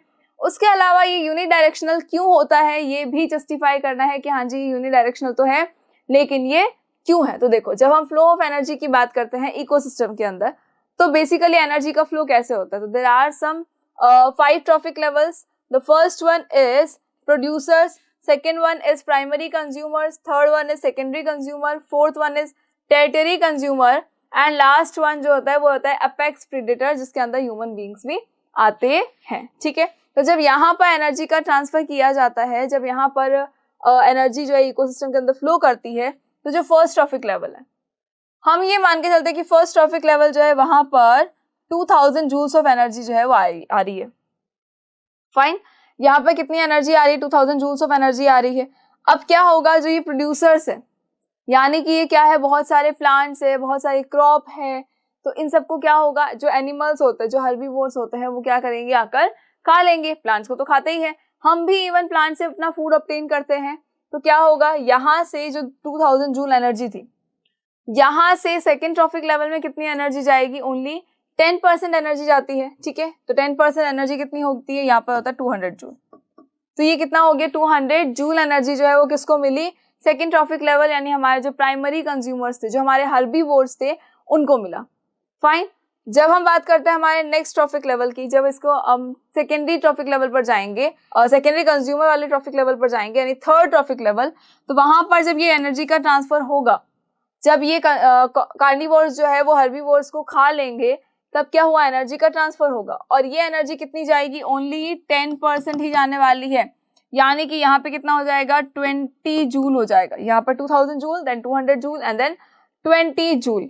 अब इसके और आगे आ जाओ, और आगे भी क्या होगा, अगेन वही है, 10% एनर्जी जो है वो उनको मिलेगी, बाकी 90% तो रिलीज हो जाएगी। तो जब 10% थर्ड से फोर्थ पे गई है तो कितना हो गया, 2 जूल हो गया, और लास्ट में जब जाएगी तो कितना हो जाएगा, 0.2 जूल। तो अब सोचिए क्या है, आपको लगता है कि ट्रॉफिक लेवल को और बढ़ाने की जरूरत है? नहीं, बिल्कुल माइनर सा जो माइनर हमारी एनर्जी थी वो यहाँ पर आ चुकी है, बाकी सारी एनर्जीज तो सबके पास में मिल चुकी है। तो ऊपर कितनी आती है, बहुत ही कम क्वांटिटी में एनर्जी आ रही है। तो जब इतनी कम क्वांटिटी में एनर्जी आ रही है तो कहाँ हम किसी और को देंगे, पॉसिबल नहीं होता है ये। तो चले, तो आई होप कि क्लियर हो गया होगा कि फ्लो ऑफ एनर्जी जो है इकोसिस्टम के अंदर किस तरह से होगी। तो 1 by 1 होगी, first trophic level to second, second to third, third to fourth, and then last apex predator. ठीक है, next is why is it unidirectional. Unidirectional क्यों है, क्यों हमेशा प्लांट ही जो है वो हर्बीवोर को एनर्जी देता है, हर्बीवोर प्लांट को नहीं दे सकता? क्यों हमेशा जो कार्निवोर है वो हर्बीवोर से एनर्जी लेता है, किसी और से नहीं ले सकता? या फिर वो खुद क्यों नहीं दे सकता? पॉसिबल है क्या? नहीं है पॉसिबल। क्यों नहीं है? देखो, हम सबसे पहले यहाँ पे बात करते हैं सन की। किसकी बात करें यहाँ पर? हम सबसे पहले यहाँ पे बात करेंगे सन की। ठीक है, अब ये सन जब एनर्जी देता है, सन किसको देता है? प्लांट बॉडी को एनर्जी देता है सन। सन ने क्या किया? प्लांट बॉडी को दी एनर्जी। ठीक है, अब सन से प्लांट बॉडी ने एनर्जी ले ली, बट क्या प्लांट बॉडी फिर से सन को एनर्जी दे पाएगी? नहीं दे पाएगी। देन क्या हुआ, जो हमारे प्रोड्यूसर्स थे, जो प्लांट्स थे, उन्होंने क्या किया? प्राइमरी कंज्यूमर जो था उनको एनर्जी दी। प्राइमरी कंज्यूमर यानी कि हर्बीवोर्स ने क्या किया? इन प्लांट्स को खा लिया। तो इनको खाया तो इनको क्या मिल गई? एनर्जी मिल गई। लेकिन अब क्या इनसे एनर्जी इनको मिली, लेकिन क्या ये इनको एनर्जी दे पाएंगे? नहीं दे पाएंगे भैया। कैसे देंगे इनको एनर्जी? अब प्लांट को रैबिट ने खा लिया, लेकिन रैबिट को प्लांट थोड़ी ना खा सकता है। जब ये नहीं खा सकता, इसका मतलब क्या होगा? ये एनर्जी का ट्रांसफर नहीं होगा। इसका मतलब है कि जो ट्रॉफिक लेवल्स होते हैं वो हमेशा क्या होते हैं? यूनिडायरेक्शनल होते हैं, सिर्फ और सिर्फ ऊपर की तरफ मूव करते हैं, उसके अलावा कहीं पर भी नहीं जाते हैं। ठीक है, तो दे आर यूनिडायरेक्शनल। सारे जितने भी एनर्जी का फ्लो होगा वो 1 by 1 आपको लिखना है कि एनर्जी का फ्लो किस तरह से होता है। उसके अलावा कौन कौन से टाइप्स होते हैं ट्रॉफिक लेवल के, कितने % एनर्जी जो है वो आगे जाती है। फाइन, चलो, सो आई होप कि अब आपको समझ में आ गया हो किस तरह से आंसर लिखना। इसका आंसर देखो थोड़ा सा आपको बड़ा नजर आएगा, बिकॉज इसका आंसर एक्चुअली बड़ा है। पूरा जब एक्सप्लेन करते जाते हैं तो बहुत ज्यादा बड़ा इसका आंसर हो जाता है। चलो आगे आ जाओ, नेक्स्ट क्वेश्चन पे आ जाओ। नेक्स्ट क्वेश्चन आपको क्या बोल रहा है? What are decomposers? क्वेश्चन क्या पूछ रहा है हमसे? वो ये पूछ रहा है कि डीकंपोजर्स क्या होते हैं, और अगर हम इन क्यूट डीकंपोजर्स को यहाँ से हटा दे, यानी अर्थ में से रिमूव कर दे, तो क्या होगा? मतलब कि डीकंपोजर्स के बारे में सबसे पहले हमें याद होगा कि डीकंपोजर्स कौन होते हैं। तो जब हम बात करते हैं माइक्रो ऑर्गेनिज्म की, कौन से माइक्रो, ये नहीं है, ये माइक्रो ऑर्गेनिज्म नहीं है, ये ठीक है क्यूट से लग रहे हैं, लेकिन ये कौन है? ये रेड वॉर्म्स है। ठीक है, जो अर्थ वॉर्म्स होती है वो ये है। लेकिन अगर हम माइक्रो ऑर्गेनिज्म की बात करें तो वो भी इतने क्यूट से ही होते हैं, और वो एक्चुअली देखो कितना एटिकेट से ये लोग खा रहे हैं ना, बहुत अच्छे से खा रहे हैं। बट ये खा क्या रहे हैं ये भी चेक कर ले, क्या खा रहे हैं ये? तो ये देखो, ये हमारा एप्पल है जो हम ऑलरेडी खा चुके हैं। उसके अलावा ये हमारा क्या है? ये फ्रूट पील है, मतलब ये बनाना पील है। उसके अलावा ये लीफी वेजिटेबल्स है जो खराब हो चुकी है। यार ये कोई खाने की चीज होती है क्या? लेकिन अगर हम डीकंपोजर्स की बात करें तो वो एक्चुअली यही सारी चीजें खाते हैं। क्यों? क्योंकि ये डेड और डिकेइंग मैटर के ऊपर फीड ऑन करते हैं। किस पे फीड ऑन करते हैं? डेड एंड डिकेइंग मैटर के ऊपर फीड ऑन करते हैं। मतलब कि इनका जो खाना है वो क्या है? डेड और डिकेइंग मैटर है। ये क्या करेंगे? जो लिविंग मैटर होता है, चाहे हमारा किचन का वेस्ट हो गया, चाहे अदर लिविंग ऑर्गेनिज्म का कोई वेस्ट है, या प्लांट का वेस्ट है, प्लांट रेजिड्यू है, फ्रूट्स है, वेजिटेबल्स है, इन सबको अगर कहीं पे ढक दिया जाए तो क्या होगा? वहां पर कुछ माइक्रो ऑर्गेनिज्म आएंगे जो उनके ऊपर फीड ऑन करेंगे, उनका ब्रेकडाउन करेंगे, उनको कॉम्प्लेक्स से सिंपल में कन्वर्ट करेंगे, एंड देन उसके अंदर जितने भी न्यूट्रिएंट्स होंगे वो उनको एब्जॉर्ब कर लेंगे। अब जो रिमेनिंग पार्ट होगा उसे हम क्या कहते हैं? वो एक ब्लैक कलर का पार्ट होता है, उसको हम कहते हैं ह्यूमस। यानी कि ये माइक्रो ऑर्गेनिज्म क्या करते हैं? ये सारे लिविंग मैटर को डिग्रेड कर देते हैं। ठीक है, उनको क्या करते हैं? डिग्रेड करते हैं, उनका डिकम्पोजिशन कर देते हैं, और उस डिकम्पोजिशन से क्या बनाते हैं? ह्यूमस बनाते हैं, यानी एक तरह का मैन्योर बना देते हैं। फाइन, जिसके अंदर न्यूट्रिएंट्स भी प्रेजेंट होता है और ऑर्गेनिक मैटर भी प्रेजेंट होता है। तो आई होप कि अब क्लियर हो गया होगा डीकंपोजर्स क्या होते हैं। डेड और डिकेइंग मैटर के ऊपर फीड ऑन करते हैं और उसको ह्यूमस में कन्वर्ट कर देते हैं। तो दीज आर डीकंपोजर्स। डिग्रेडेशन का काम करेंगे, डिकम्पोजिशन का काम करेंगे, और एनवायरनमेंट की क्लीनिंग का भी काम करेंगे। फाइन, चलो अब इसके बाद ये कि अगर इन क्यूट डीकंपोजर्स को यहाँ से हटा दिया जाए तो क्या होगा? देखो इतना एटलीस्ट जो ना करे कि इनको हटा दे अर्थ में से, बट ठीक है, एक बार हम चेक कर लेते हैं कि अगर इनको हटा देंगे तो क्या होगा। देखो, इनको हटाने का सबसे बड़ा नुकसान तो हमें ही होने वाला है। क्यों होने वाला है? तो ये जितना भी वेस्ट प्रोडक्ट होता है, वैसे भी उनके डिस्पोजल के लिए हमें बहुत मेहनत करनी पड़ती है। कभी हम लैंडफिल्स का यूज करते हैं, कभी हम कुछ और चीज सोचते हैं, तो इनके डिस्पोजल के लिए का क्या होता है, कभी जला रहा है, कभी कुछ कर रहा है। तो एटलीस्ट लिविंग वेस्ट जो है, लिविंग ऑर्गेनिज्म का जो वेस्ट है, एटलीस्ट उस वेस्ट के बारे में हमें सोचने की रिक्वायरमेंट बिल्कुल नहीं है जब तक कि हमारे डिकम्पोजर्स है। बेसिकली हम क्या करते हैं, कंपोस्ट पिट के अंदर बहुत सारे जो प्लांट रेजिड्यू है, चाहे जितना भी वेस्ट प्रोडक्ट है, उन सबको डाल दिया जाता है। और उनको डालने के बाद क्या होता है, इनके ऊपर जो डिकम्पोजर्स है वो आते हैं, और वो यानी माइक्रो ऑर्गेनिज्म आते हैं, वो उसका डिकम्पोजिशन करते हैं और उससे क्या बनाते हैं, मेन्योर बना देते हैं। ये मेन्योर फिर से कहाँ यूज किया जाता है, क्रॉप प्रोडक्शन में यूज किया जा रहा है, प्लांट्स को दिया जाता है, गार्डनिंग में यूज किया जाता है। तो जितना भी हमारा वेस्ट प्रोडक्ट है उसका डिस्पोजल तो हो गया और उससे कुछ यूजफुल थिंग बन गई। लेकिन अगर ये डिकम्पोजर्स प्रेजेंट नहीं होंगे तो जितना भी वेस्ट प्रोडक्ट होगा, चाहे वो डिग्रेडेबल है चाहे वो नॉन डिग्रेडेबल है, सारा ही वेस्ट जो है वो अर्थ के ऊपर ही रहेगा और उनका डिस्पोजल बहुत ही ज्यादा मुश्किल हो जाएगा। और इतना सारा वेस्ट प्रोडक्ट वहां पे इकट्ठा हो जाएगा कि हम सोच भी नहीं सकते। तो एनवायरनमेंट को क्लीन करने वाला कौन है? माइक्रो ऑर्गेनिज्म है। तो वही नहीं रहेगा, तो क्लीनर नहीं है, मतलब एनवायरनमेंट बहुत ही ज्यादा गंदा हो जाएगा। प्लस अगर हम देखें जो डेड एनिमल्स होते हैं, तो डेड एनिमल्स पर भी ये माइक्रो ऑर्गेनिज्म फीड ऑन करते हैं और उनको वहां से क्लीन कर देते हैं। लेकिन अगर ये डिकम्पोजर्स अर्थ पे नहीं होंगे तो जो डेड एनिमल्स होंगे उनकी डेड बॉडीज वहीं रह जाएगी। तो सोचो अर्थ के ऊपर कितनी ज्यादा डेड बॉडीज रह जाएगी, कितनी ज्यादा डेड बॉडीज जो है वो बनने लग जाएंगी। इतनी सारी डेड बॉडीज होगी तो हम कहाँ जाएंगे? तो यानी हमारे अर्थ का पूरा जो इकोसिस्टम है पूरा का पूरा वो अनबैलेंस्ड हो जाएगा सिर्फ एक इनको हटा देने से। तो हम इन माइक्रो ऑर्गेनिज्मों को यहाँ से नहीं हटा सकते। माइक्रो ऑर्गेनिज्म का अर्थ पे होना बहुत ज्यादा जरूरी है, यानी ये हमारे इकोसिस्टम का बहुत ही इंपॉर्टेंट पार्ट है। चलो आगे आ जाओ। देखो, इस तरह से आपको आंसर लिखना, पूरा थ्योरेटिकल पार्ट में आंसर होना चाहिए। डेफिनेट सी बात है बच्चा, एग्जाम के अंदर हम ऐसा तो है नहीं कि वॉइस रिकॉर्ड करेंगे और रख देंगे, नहीं पॉसिबल ना। तो ये आपको आंसर लिखना है इस टाइप से। चलो आगे आ जाओ और आगे आ जाओ, नेक्स्ट क्वेश्चन पे आ जाओ। नेक्स्ट क्वेश्चन है, suggest any 4 activities in daily life which are eco friendly.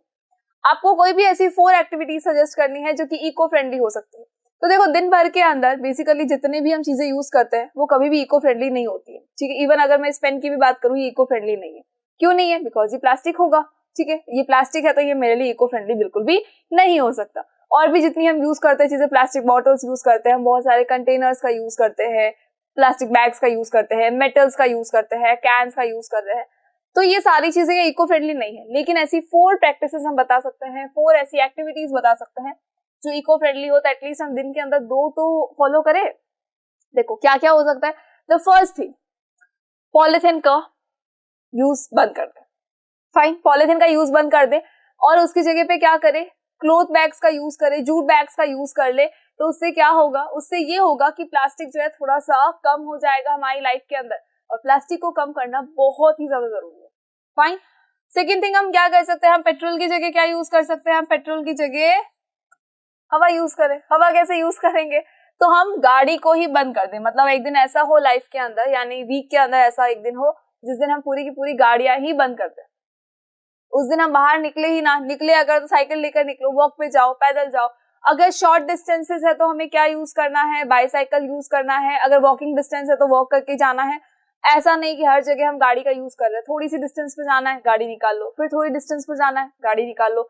सुबह शाम जब देखो, अगर हम गाड़ी पर ही घूमेंगे तो उससे क्या होगा, पेट्रोल का कंजप्शन ज्यादा होगा, और जितना ज्यादा पेट्रोल का कंजप्शन होगा उतना ही ज्यादा क्या होगा, पॉल्यूशन भी बढ़ेगा। फाइन, तो इको फ्रेंडली थिंग कब होगी? जब हम पॉल्यूशन को डिक्रीज करेंगे। कैसे करेंगे? तो गाड़ियों का यूज कम करके कर सकते हैं। पॉसिबल है, बिल्कुल पॉसिबल है। जब शॉर्टर डिस्टेंसेस पे जाना होता है तो हमें क्या करना होता है, गाड़ी का यूज नहीं करके बाईसाइकिल का यूज करना होता है। एंड उसके अलावा वॉकिंग डिस्टेंस है तो वॉक करके जाना होता है। फाइन, उसके अलावा देखें तो अगर ट्रीज जो है, सपोज ये ट्री है, अगर मैं इनको हटा दूं तो क्या होगा? इसका मतलब मैं क्या कर रही हूँ, मैं इको फ्रेंडली वर्क तो बिल्कुल नहीं कर रही। दैट मीन्स कि हमें क्या करना है, हमें बहुत सारे प्लांट्स लगाना है, बहुत सारे प्लांट्स को, ट्रीज को प्लांट करना है। क्यों करना है? तो ये भी इको फ्रेंडली है। जितना ज्यादा प्लांट ग्रो करेगा उतना ही ज्यादा क्या होगा, हमारे एनवायरनमेंट का पॉल्यूशन कम हो जाएगा। तो हमें क्या करना है, बहुत सारे ट्रीज को प्लांट करना है। फाइन, तो बहुत सारे ट्रीज को प्लांट करना है। उसके अलावा हमें गाड़ियों का यूज कम कर देना है। उसके अलावा हमें पेपर को बहुत ही वाइजली यूज करना है। अगर पेपर का वाइजली यूज करेंगे, वेस्ट नहीं करेंगे, तो ये भी क्या है, हमारे लिए इको फ्रेंडली है। प्लास्टिक का यूज बिल्कुल नहीं करना है, जितना हो सके प्लास्टिक को अवॉइड करना है। उसके अलावा अगर हम देखें तो जो लाइट इलेक्ट्रिसिटी है उनका भी ध्यान रखना है कि इलेक्ट्रिसिटी को सेव करे, वाटर को भी सेव करे, जितना हो सके जितनी जरूरत हो उतना ही उसको यूटिलाइज करे, अदरवाइज उसको बंद करके रख दे। तो ये सारी चीजें क्या होती है, ये सारी प्रैक्टिसेस हमारे इको फ्रेंडली प्रैक्टिसेस के अंदर आती है। ठीक है, चलो आगे आ जाओ। ऐसा बहुत सारे एग्जांपल्स आप भी दे सकते हो। वैसे next question is give 2 differences between food chain and food web. अब ये फूड चेन क्या होती है और फूड वेब क्या होता है? तो देखो, फूड चेन तो बेसिकली हमको पता है कि फूड चेन क्या होती है। शुरुआत हमेशा कहाँ से होगी? प्रोड्यूसर से होगी, मतलब कि ग्रीन प्लांट से होगी। हमेशा जो शुरुआत होगी वो कहाँ से हो रही है? ग्रीन प्लांट से होती है। अब इन ग्रीन प्लांट को कौन कंज्यूम करता है? ग्रीन प्लांट को कंज्यूम करता है हमारा ये क्यूट सा ग्रास हॉपर। ठीक है, बहुत स्वीट सा लग रहा है। ये ग्रास हॉपर कंज्यूम करता है इसको, जाके ये ग्रास के ऊपर या फिर जो प्लांट्स होते हैं उनके ऊपर फीड ऑन करता है। ठीक है, देन क्या होगा, यहाँ से इसको कौन ले लेगा? इसको कहीं घूमते हुए फ्रॉग ने देख लिया, तो फ्रॉग ने क्या किया, उसको जाके खा लिया। ठीक है, अब क्या होगा, फ्रॉग को किसने देखा? स्नेक ने देख लिया, तो स्नेक ने इसको खा लिया। इस स्नेक को भागते हुए देख लिया हॉक ने कि बेटा तू फ्रॉग को खा के जा रहा है, रुक जा अभी देखता हूँ तेरे को। तो इसने जाके क्या किया, स्नेक को खा लिया। अब इसने खा लिया लेकिन इसको खाने वाला कोई नहीं है। तो जब इसकी डेथ हो जाएगी तो लास्ट के अंदर क्या होगा, जो फंजाई है, डिकम्पोजर्स जो है वो इसके ऊपर फीड ऑन करेंगे। ठीक है, तो ये तो हमारी क्या होती है, फूड चेन होती है। एक कोई प्रोड्यूसर है, उस प्रोड्यूसर को कौन ले रहा है? उस प्रोड्यूसर को कोई हर्बीवोर है वो आकर खा रहा है। फिर उस हर्बीवोर को कौन खा रहा है? प्रोड्यूसर को कौन खा रहा है? हर्बीवोर। हर्बीवोर को किसने खाया? कार्निवोर ने खाया। कार्निवोर को कौन खाएगा? नेक्स्ट जो कार्निवोर होगा वो खा लेगा। तो ये क्या है, पूरी एक चेन चल रही है, तो इसको हम क्या कहते हैं? फूड चेन कहते हैं। फाइन, बट ये जो फूड चेन है ये देखो एक सिंगल जो है वो एक सिंगल स्ट्रेट आपको मैनर बता रही है फूड के या केमिकल के ट्रांसफर का या एनर्जी के ट्रांसफर का। फाइन, लेकिन ये प्रैक्टिकल नहीं है, ये लाइफ में प्रैक्टिकल नहीं है। क्यों नहीं है? बिकॉज एक ही ऑर्गेनिज्म को जरूरी है कि एक दूसरा ऑर्गेनिज्म ही खाएगा? जरूरी है ग्रास हॉपर को सिर्फ और सिर्फ फ्रॉग ही खाएगा और कोई आकर नहीं खा सकता? खा तो सकता है, बहुत सारे ऑर्गेनिज्म है जो ग्रास हॉपर को खा सकते हैं, इंसेक्ट्स को खाते भी है। तो यानी कि ये जो फूड चेन है ये अपने प्रैक्टिकल लाइफ में नहीं होती है। रियल लाइफ के अंदर तो बहुत सारे ऑर्गेनिज्म होते हैं, तो एक सिंगल स्ट्रेट फूड चेन कभी भी नहीं बनती है। ठीक है, चलो नेक्स्ट आ जाओ हमारे फूड वेब पे। वेब क्या होता है? तो एक पूरा जाल होता है, बहुत सारा मकड़ी का जाला देखा होगा ना, बहुत सारे ऐसे कॉम्प्लिकेटेड चीजें होती है। तो यहाँ पर भी क्या होगा, अब यार ये समझ नहीं आया कि मतलब ये ग्रास है, फिर इस ग्रास को देखो किस किसने खा लिया। इस ग्रास को माउस ने भी खाया, इस ग्रास को ग्रास हॉपर ने भी खाया, इस ग्रास को रैबिट ने भी खाया। मतलब हद होगी, एक चीज बनी उसके बहुत सारे उसके ऊपर आने वाला है, खाने के लिए बहुत सारे लोग आ गए। चलो इस ग्रास हॉपर को देखो, फ्रॉग तो खा ही रहा था, साथ ही साथ बर्ड ने भी खाना शुरू कर दिया। यानी ये क्या हो गया, अब चीजें कॉम्प्लिकेटेड होना शुरू हो जाती है। और भी ऐसे ऑर्गेनिज्म कई बार आते हैं कि ग्रास हॉपर को ये भी खाएगा वो भी खाएगा। फिर इन ऑर्गेनिज्मों को खाने वाले भी बहुत सारे लोग होते हैं, मतलब एक के पीछे एक बहुत बड़े होता है ना लोग, वैसा कुछ है ये। जैसे माउस है, माउस को कौन खा सकता है? आउल खा लेगा। हॉक ने देखा तो हॉक भी खा लेगा। फॉक्स ने देखा तो फॉक्स भी उस माउस को खा लेगा। मतलब इस रैट को, माउस को 3-3 लोगों से बचने की जरूरत है। सी, तो ये पूरा क्या है, ये पूरा फूड वेब है। ठीक है, जहां पर बहुत सारी फूड चेन्स को कंबाइन किया जाता है, उसे हम क्या कहते हैं? फूड वेब कहते हैं। और ये रियल लाइफ है, ये एक्चुअली रियल लाइफ होती है कि एक प्लांट को बहुत सारे हर्बीवोर्स है वो खाते हैं, और बहुत सारे हर्बीवोर्स को बहुत सारे कार्निवोर्स है वो खा सकते हैं, उनको फिर सेकेंडरी कार्निवोर्स खा सकते हैं। तो ये बहुत कॉम्प्लिकेटेड चीजें होती है। ठीक है, इतना इजी नहीं होता, ये पूरा इस तरह का जाल होता है। रियल लाइफ में देखोगे तो इससे भी ज्यादा आपको बड़ा सा जाल नजर आएगा। तो ये रियल लाइफ होती है और ये हाइपोथेटिकल है। उसके अलावा देखो इस तरह से आपको आंसर करना है। So the first thing is कि food chain is a straight and single pathway. Exactly as I told you कि एनर्जी के फ्लो के लिए क्या है, ये एक सिंगल है और एक स्ट्रेट पाथवे है। फूड वेब जो है इसके अंदर बहुत सारा कॉम्प्लिकेटेड चीजें आ जाती है। मतलब कि ये देखो is defined as the convoluted और कॉम्प्लिकेटेड पाथवे, ये बहुत कॉम्प्लिकेटेड पाथवे है। उसके अलावा फूड चेन जो होती है वो हाइपोथेटिकल होती है, लेकिन ये फूड वेब जो है वो रियल लाइफ है। फूड चेन में देखो क्या है, member of higher trophic level feed on single type of organism of lower trophic level. देखो यहाँ पे क्या हो रहा है, जो हायर ट्रॉफिक लेवल है, मतलब कि ये जो है हमारे फ्रॉग, ये ओनली ग्रास हॉपर को खा पा रहा है। ठीक है, स्नेक जो है उसके पास एक ही वैरायटी है, ओनली फ्रॉग, ज्यादा वैरायटी नहीं है इसके पास में। तो ज्यादा वैरायटी कब हो सकती है? ज्यादा वैरायटी तब हो सकती है जब हम फूड वेब की बात करेंगे। तो जब वेब की बात करेंगे तो जैसे कि इस ग्रास हॉपर को खाने के लिए बहुत सारे ऑर्गेनिज्म है, वैसे ही इस फ्रॉग के पास में ग्रास हॉपर के अलावा भी बहुत सारे ऑप्शंस होते हैं। ऐसा नहीं कि उसको एक ही चीज से काम चलाना है, हमारी तरह है वो भी, बहुत सारी वैरायटी ऑफ फूड चाहिए होता है इनको भी। फाइन, चलो नेक्स्ट थिंग पे आ जाओ। Next question is name the waste which are generated in your house daily, what measures would you take for your disposal. देखो उन वेस्ट के बारे में बताना है जो हमारे घर के अंदर जनरेट होता है। तो मुझे लगता है इस क्वेश्चन का आंसर तो मतलब आप दिन भर का अगर सोचोगे ना तब भी आप दे दोगे। मॉर्निंग में उठने से लेकर इवनिंग तक आप कितने ही सारी चीजों को वेस्ट प्रोडक्ट डस्टबिन के अंदर डाल देते हो। सबसे पहले अगर मैं आपको बोलूं कि जब सुबह उठते हो तो जो आपने ब्रश हाथ में लिया, टूथपेस्ट भी लिया, आपको पता चला कि अच्छा वो जो टूथपेस्ट है वो खत्म हो चुका है, तो ये देखो टूथपेस्ट का जो वो ट्यूब होता है वो आप बाहर फेंकोगे, ठीक है, टूथपेस्ट ट्यूब को आप बाहर फेंक देंगे क्योंकि वो खराब हो चुका है। उसके बाद क्या हुआ, मम्मी हमारे लिए टिफिन बना रही है तो हमने क्या किया, किचन के वेस्ट को भी बाहर फेंका, किचन का वेस्ट भी आ गया हमारे लिए। उसके बाद जब मम्मी ने हमारा टिफिन डाला तो उन्होंने क्या यूज किया, फॉइल पेपर। अब जब लंच करोगे तो डेफिनेट सी बात है फॉइल पेपर को तो हम बाहर ही डालेंगे, घर पे वापस संभाल के तो नहीं लेकर आएंगे। स्कूल के अंदर जब आपने पेंसिल शार्प की तो पेंसिल का जो छिलका था, जो कचरा था वो भी आ गया, पेंसिल का आ गया। उसके अलावा देखो आपके इरेजर का भी तो होता है, इरेजर से भी तो जब आप साफ करते हो तो थोड़ा सा कचरा जो होता है वो निकलता है, तो वो भी वेस्ट हो गया हमारे लिए। उसके अलावा जब पेंसिल जो है वो बहुत शॉर्ट हो जाती है, जब शॉर्ट पेंसिल हो जाएगी तो वो भी क्या होगा, हमारे लिए वेस्ट प्रोडक्ट होगा। पेपर है, कई बार होता है लिखते लिखते कुछ गलत लिख दिया तो एक रफ पेज जो होता है वो भी हमारे लिए क्या है, वेस्ट हो जाता है। रफ पेज भी क्या हो गया, वेस्ट हो गया, ठीक है। उसके अलावा भी घर में बहुत सारी ऐसी चीजें होती है जो खराब हो जाती है, तो बहुत सारा वेस्ट होता है जो हमारे घर में हम दिन भर में पता नहीं कितना ही वेस्ट निकाल देते हैं। आई थिंक मुझे लगता है दिन में 4-5 तो मुझे लगता है कि पॉलिथीन से ही हम बाहर फेंक देते हैं। कभी भी कुछ गए सामान वामान लेके आए तो हमने क्या किया, पॉलिथीन लाया और उस पॉलिथीन को कहाँ डाल दिया, डस्टबिन के अंदर डाल दिया। तो there are so many types of waste जो हम यूज करते हैं। फाइन, तो हमारे घर में डेली लाइफ में हमें बहुत सारा वेस्ट देखने को मिलता है। नेक्स्ट थिंग इज कि what measures would you take for their disposal. आप इनके डिस्पोजल के लिए कौन से मेजर्स यूज करोगे, क्या कर सकते हो अगर आपको इनका डिस्पोजल करना है तो बेसिकली अगर मैं बात करूं कि अगर मुझे इनका डिस्पोजल करना है तो क्या होगा, क्या हो सकता है। देखो जनरली होता है कि एक ही डस्टबिन के अंदर सारा कचरा डाला जाता है, लेकिन अगर हम उनका डिस्पोजल अच्छे से करना चाहते हैं तो हम क्या करेंगे, हम 2 डस्टबिन रखेंगे। एक के अंदर हम क्या डालेंगे, ओनली किचन वेस्ट, ठीक है। एक डस्टबिन के अंदर क्या डाला हमने, ओनली किचन वेस्ट डाला। दूसरे डस्टबिन में हम क्या डालेंगे, नॉन बायोडिग्रेडेबल थिंग्स डालेंगे, मतलब कि प्लास्टिक हो गया, आपके कैंस हो गए, बहुत सारी ऐसी चीजें हैं, तो मेटल्स हो गए, उन सबको हम कहाँ डालेंगे, दूसरे डस्टबिन के अंदर डाल देंगे। तो जो नॉन बायोडिग्रेडेबल वाला डस्टबिन है जिसके अंदर सारी नॉन बायोडिग्रेडेबल थिंग्स है, ग्लास हो गया, प्लास्टिक हो गया, पॉलिथिन्स हो गई, मेटल हो गया, कैन हो गया, चिप्स के पैकेट्स हो गए, आपकी बहुत सारी चीजें, तो उन सबको हम क्या करेंगे, जो म्युनिसिपल पार्टी की गाड़ी आती है उनके अंदर हम उस गाड़ी के अंदर उस कचरे को हम डाल देते हैं, रेगुलर बेसिस पे डालते हैं।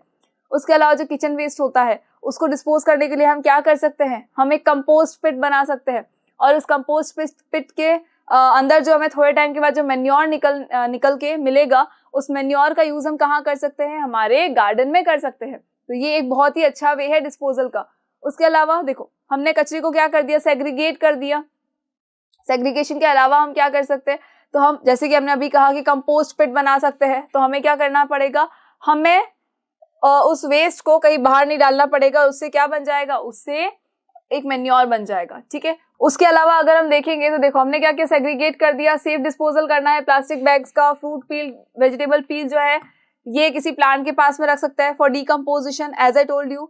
उसके अलावा जो पेपर है उसको हम किस में डाल सकते हैं, रीसाइक्लिंग के लिए डाल सकते हैं। पेपर को हम किसके लिए डाल सकते हैं, रीसाइक्लिंग के लिए उसको भेजा जा सकता है, और प्रिपेयर अ कंपोस्ट पिट जैसे कि अभी बताया गया था। चलो आ जाओ हमारे नेक्स्ट क्वेश्चन पे। नेक्स्ट क्वेश्चन क्या बोल रहा है कि what are the by products of fertiliser industries, how do they affect the environment. क्या बोल रहा है, what are the by products of fertilisers industries. Fertiliser industries जो होती है, जो बहुत ज्यादा फर्टिलाइजर्स बनाने का काम करती है। फर्टिलाइजर आई होप पता होगा आपको कि जैसे प्लांट को जब न्यूट्रिएंट्स की रिक्वायरमेंट होती है तो उनको क्या दिया जाता है, मैन्योर दे सकते हैं, लेकिन मैन्योर से ज्यादा न्यूट्रिएंट नहीं मिलते तो हम क्या देते हैं, फर्टिलाइजर्स देते हैं, जिससे इंस्टेंट न्यूट्रिएंट की रिक्वायरमेंट फुलफिल हो जाती है और प्लांट बॉडी जो है वो अच्छे से ग्रो कर लेती है, ठीक है। तो फर्टिलाइजर जो होता है वो इंडस्ट्रीज के अंदर बनता है। अब इंडस्ट्रीज में जब फर्टिलाइजर को बनाया गया तो उसके बाय प्रोडक्ट्स क्या थे, लास्ट में से कौन से प्रोडक्ट निकले जो कि हार्मफुल थे, तो यहाँ पर होते हैं oxides of nitrogen, oxides of nitrogen, and बनता है सल्फर डाइऑक्साइड। क्या आता है, सल्फर डाइऑक्साइड बनता है। These are the by products. क्या होते हैं ये, ये होता है बाय प्रोडक्ट। जब फर्टिलाइजर इंडस्ट्री फर्टिलाइजर्स बनाती है तो उस टाइम पे जो बाय प्रोडक्ट्स होते हैं, जो लास्ट के अंदर प्रोडक्ट्स बनते हैं, वो ये 2 प्रोडक्ट्स होते हैं जो बनाए जाते हैं, ठीक है, बन जाते हैं मतलब। So how do they affect the environment? अब ये एनवायरनमेंट को कैसे अफेक्ट करते हैं? तो सी, जब एटमॉस्फेयर के अंदर, एयर के अंदर ऑक्साइड्स ऑफ नाइट्रोजन मिक्स हो जाएगा या सल्फर डाइऑक्साइड मिक्स हो जाएगा, तो उस सर्टेन टाइम पे क्या होगा, उस टाइम पर तो पता नहीं चलेगा कि ठीक है पॉल्यूशन फैल रहा है, लोगों को लगेगा हाँ पॉल्यूशन ज्यादा हो गया। इनहेलेशन के टाइम पर भी गैसेस हमारी बॉडी के अंदर जाएगी तो भी हमें हार्म करेगी। उसके अलावा जब रेन होगी, मेन प्रॉब्लम कब होगी? जब रेन होगी। रेन के टाइम पे क्या होता है, रेनी सीजन के टाइम पे जब बारिश होती है और उसका पानी आता है तो ये पानी के साथ में ये मिक्स हो जाते हैं। उस पानी के साथ में ये सल्फर डाइऑक्साइड और नाइट्रोजन के जो ऑक्साइड्स है ये मिक्स हो जाते हैं और ये क्या बनाते हैं, ये एसिड्स फॉर्म करते हैं। ये सल्फ्यूरिक एसिड्स बनाते हैं, ये नाइट्रिक एसिड भी बना लेते हैं। HNO3 बन सकता है, HNO3 बन सकता है, या फिर बन सकता है H2SO4, सल्फ्यूरिक एसिड और नाइट्रिक एसिड, ठीक है। तो ये जो एसिड्स होते हैं, ये एसिड क्या होगा, H2SO4। ये एसिड जो है ये बारिश के साथ में कहाँ आएंगे, नीचे की तरफ ही आएंगे। तो उस टाइम पे क्या हो सकता है, एसिड रेन हो सकती है। सी, एयर के अंदर, एटमॉस्फेयर के अंदर क्या है, अभी सल्फर के ऑक्साइड्स है, नाइट्रोजन, सल्फर डाइऑक्साइड है, नाइट्रोजन के ऑक्साइड्स है। तो ये सब पानी के साथ में जब मिक्स हो जाएंगे तो क्या बनाएंगे, एसिड्स बनाएंगे। और ये एसिड कहाँ जाएंगे, ये जमीन पर आ जाएंगे बारिश के साथ में। तो यानी कि वो रेन कौन सी हुई, वो हुई एसिड रेन। क्या हुई, एसिड रेन। यानी कि जो फर्टिलाइजर इंडस्ट्री ने जो बाय प्रोडक्ट्स बनाए और जो एयर में रिलीज हो चुके हैं, उन्होंने क्या कॉज कर दी, एसिड रेन कॉज कर दी। अब ये एसिड रेन जो होती है ये सबके लिए हार्मफुल होती है। ह्यूमन बींग्स का अगर देखें तो उनकी स्किन के लिए बहुत ज्यादा हार्मफुल होती है ये कैंसर भी कॉज कर सकती है। उसके अलावा एनिमल्स को भी हार्म करती है, प्लांट बॉडी को तो बहुत ही ज्यादा हार्म करती है। सॉइल पॉल्यूशन फैला रही है, वाटर पॉल्यूशन फैल रहा है इससे, एयर पॉल्यूशन तो ऑलरेडी प्रेजेंट है। हमने एक और नाम सुना है, एक और नाम हमने क्या सुना है, मार्बल कैंसर के बारे में सुना है हमने। किसके बारे में सुना है, मार्बल कैंसर के बारे में सुना है। अब ये मार्बल कैंसर क्या होता है, तो हमको पता है कि जो ताजमहल है हमको पता है कि उसका जो संगमरमर जो मार्बल है उसके ऊपर बिल्कुल एक येलोइश लेयर आ रही है। वो येलोइश लेयर किसकी वजह से आती है, एसिड रेन की वजह से आ रही है, ठीक है। तो उसे ही हम क्या कहते हैं, मार्बल कैंसर कहते हैं। तो यानी कि ये हमारे मॉन्यूमेंट्स को भी खराब कर रही है, ये ह्यूमन बींग्स को भी हार्म कर रही है और ये अदर लिविंग ऑर्गेनिज्म को भी बहुत ज्यादा हार्म कर रहा है, ठीक है। सो इसीलिए फर्टिलाइजर्स को बेसिकली अब कम करने की रिक्वायरमेंट है। ऑर्गेनिक फार्मिंग की तरफ ऑलरेडी लोग बढ़ रहे हैं। जितना ज्यादा ऑर्गेनिक फार्मिंग होगी, फर्टिलाइजर का यूज अगर कम हो जाएगा तो डेफिनेट सी बात है कि इन इंडस्ट्रीज को भी वहां से हटा दिया जाएगा। तो उसके बाद क्या होगा, इनका ये जो बाय प्रोडक्ट्स है ये एयर में नहीं जाएंगे और उससे एसिड रेन नहीं होगी। लेकिन इसको होने में बहुत टाइम लगेगा, तब तक तो मुझे लगता है कि काफी कुछ खत्म हो चुका होगा। फाइन, चलो। सो आई होप कि क्वेश्चंस आपको क्लियर हो गए होंगे। सो अब आपको क्या करना है, इस चैप्टर का रिवीजन करना है। तो बेसिक चीजें थी इस चैप्टर में, ज्यादा कॉम्प्लिकेटेड चीजें नहीं है। बट आप एक ध्यान रखिए कि एक एक चैप्टर का साथ साथ में रिवीजन करते जाए, सेल्फ स्टडी भी करते जाए, ताकि आपको एग्जाम टाइम में बिल्कुल सोचने की जरूरत ना पड़े कि यार ये कहाँ गया, ये टॉपिक कहाँ है, वो टॉपिक है। बिकॉज सारे टॉपिक्स आपको स्कोरशाला से कवर हो जाएंगे। Thank you so much.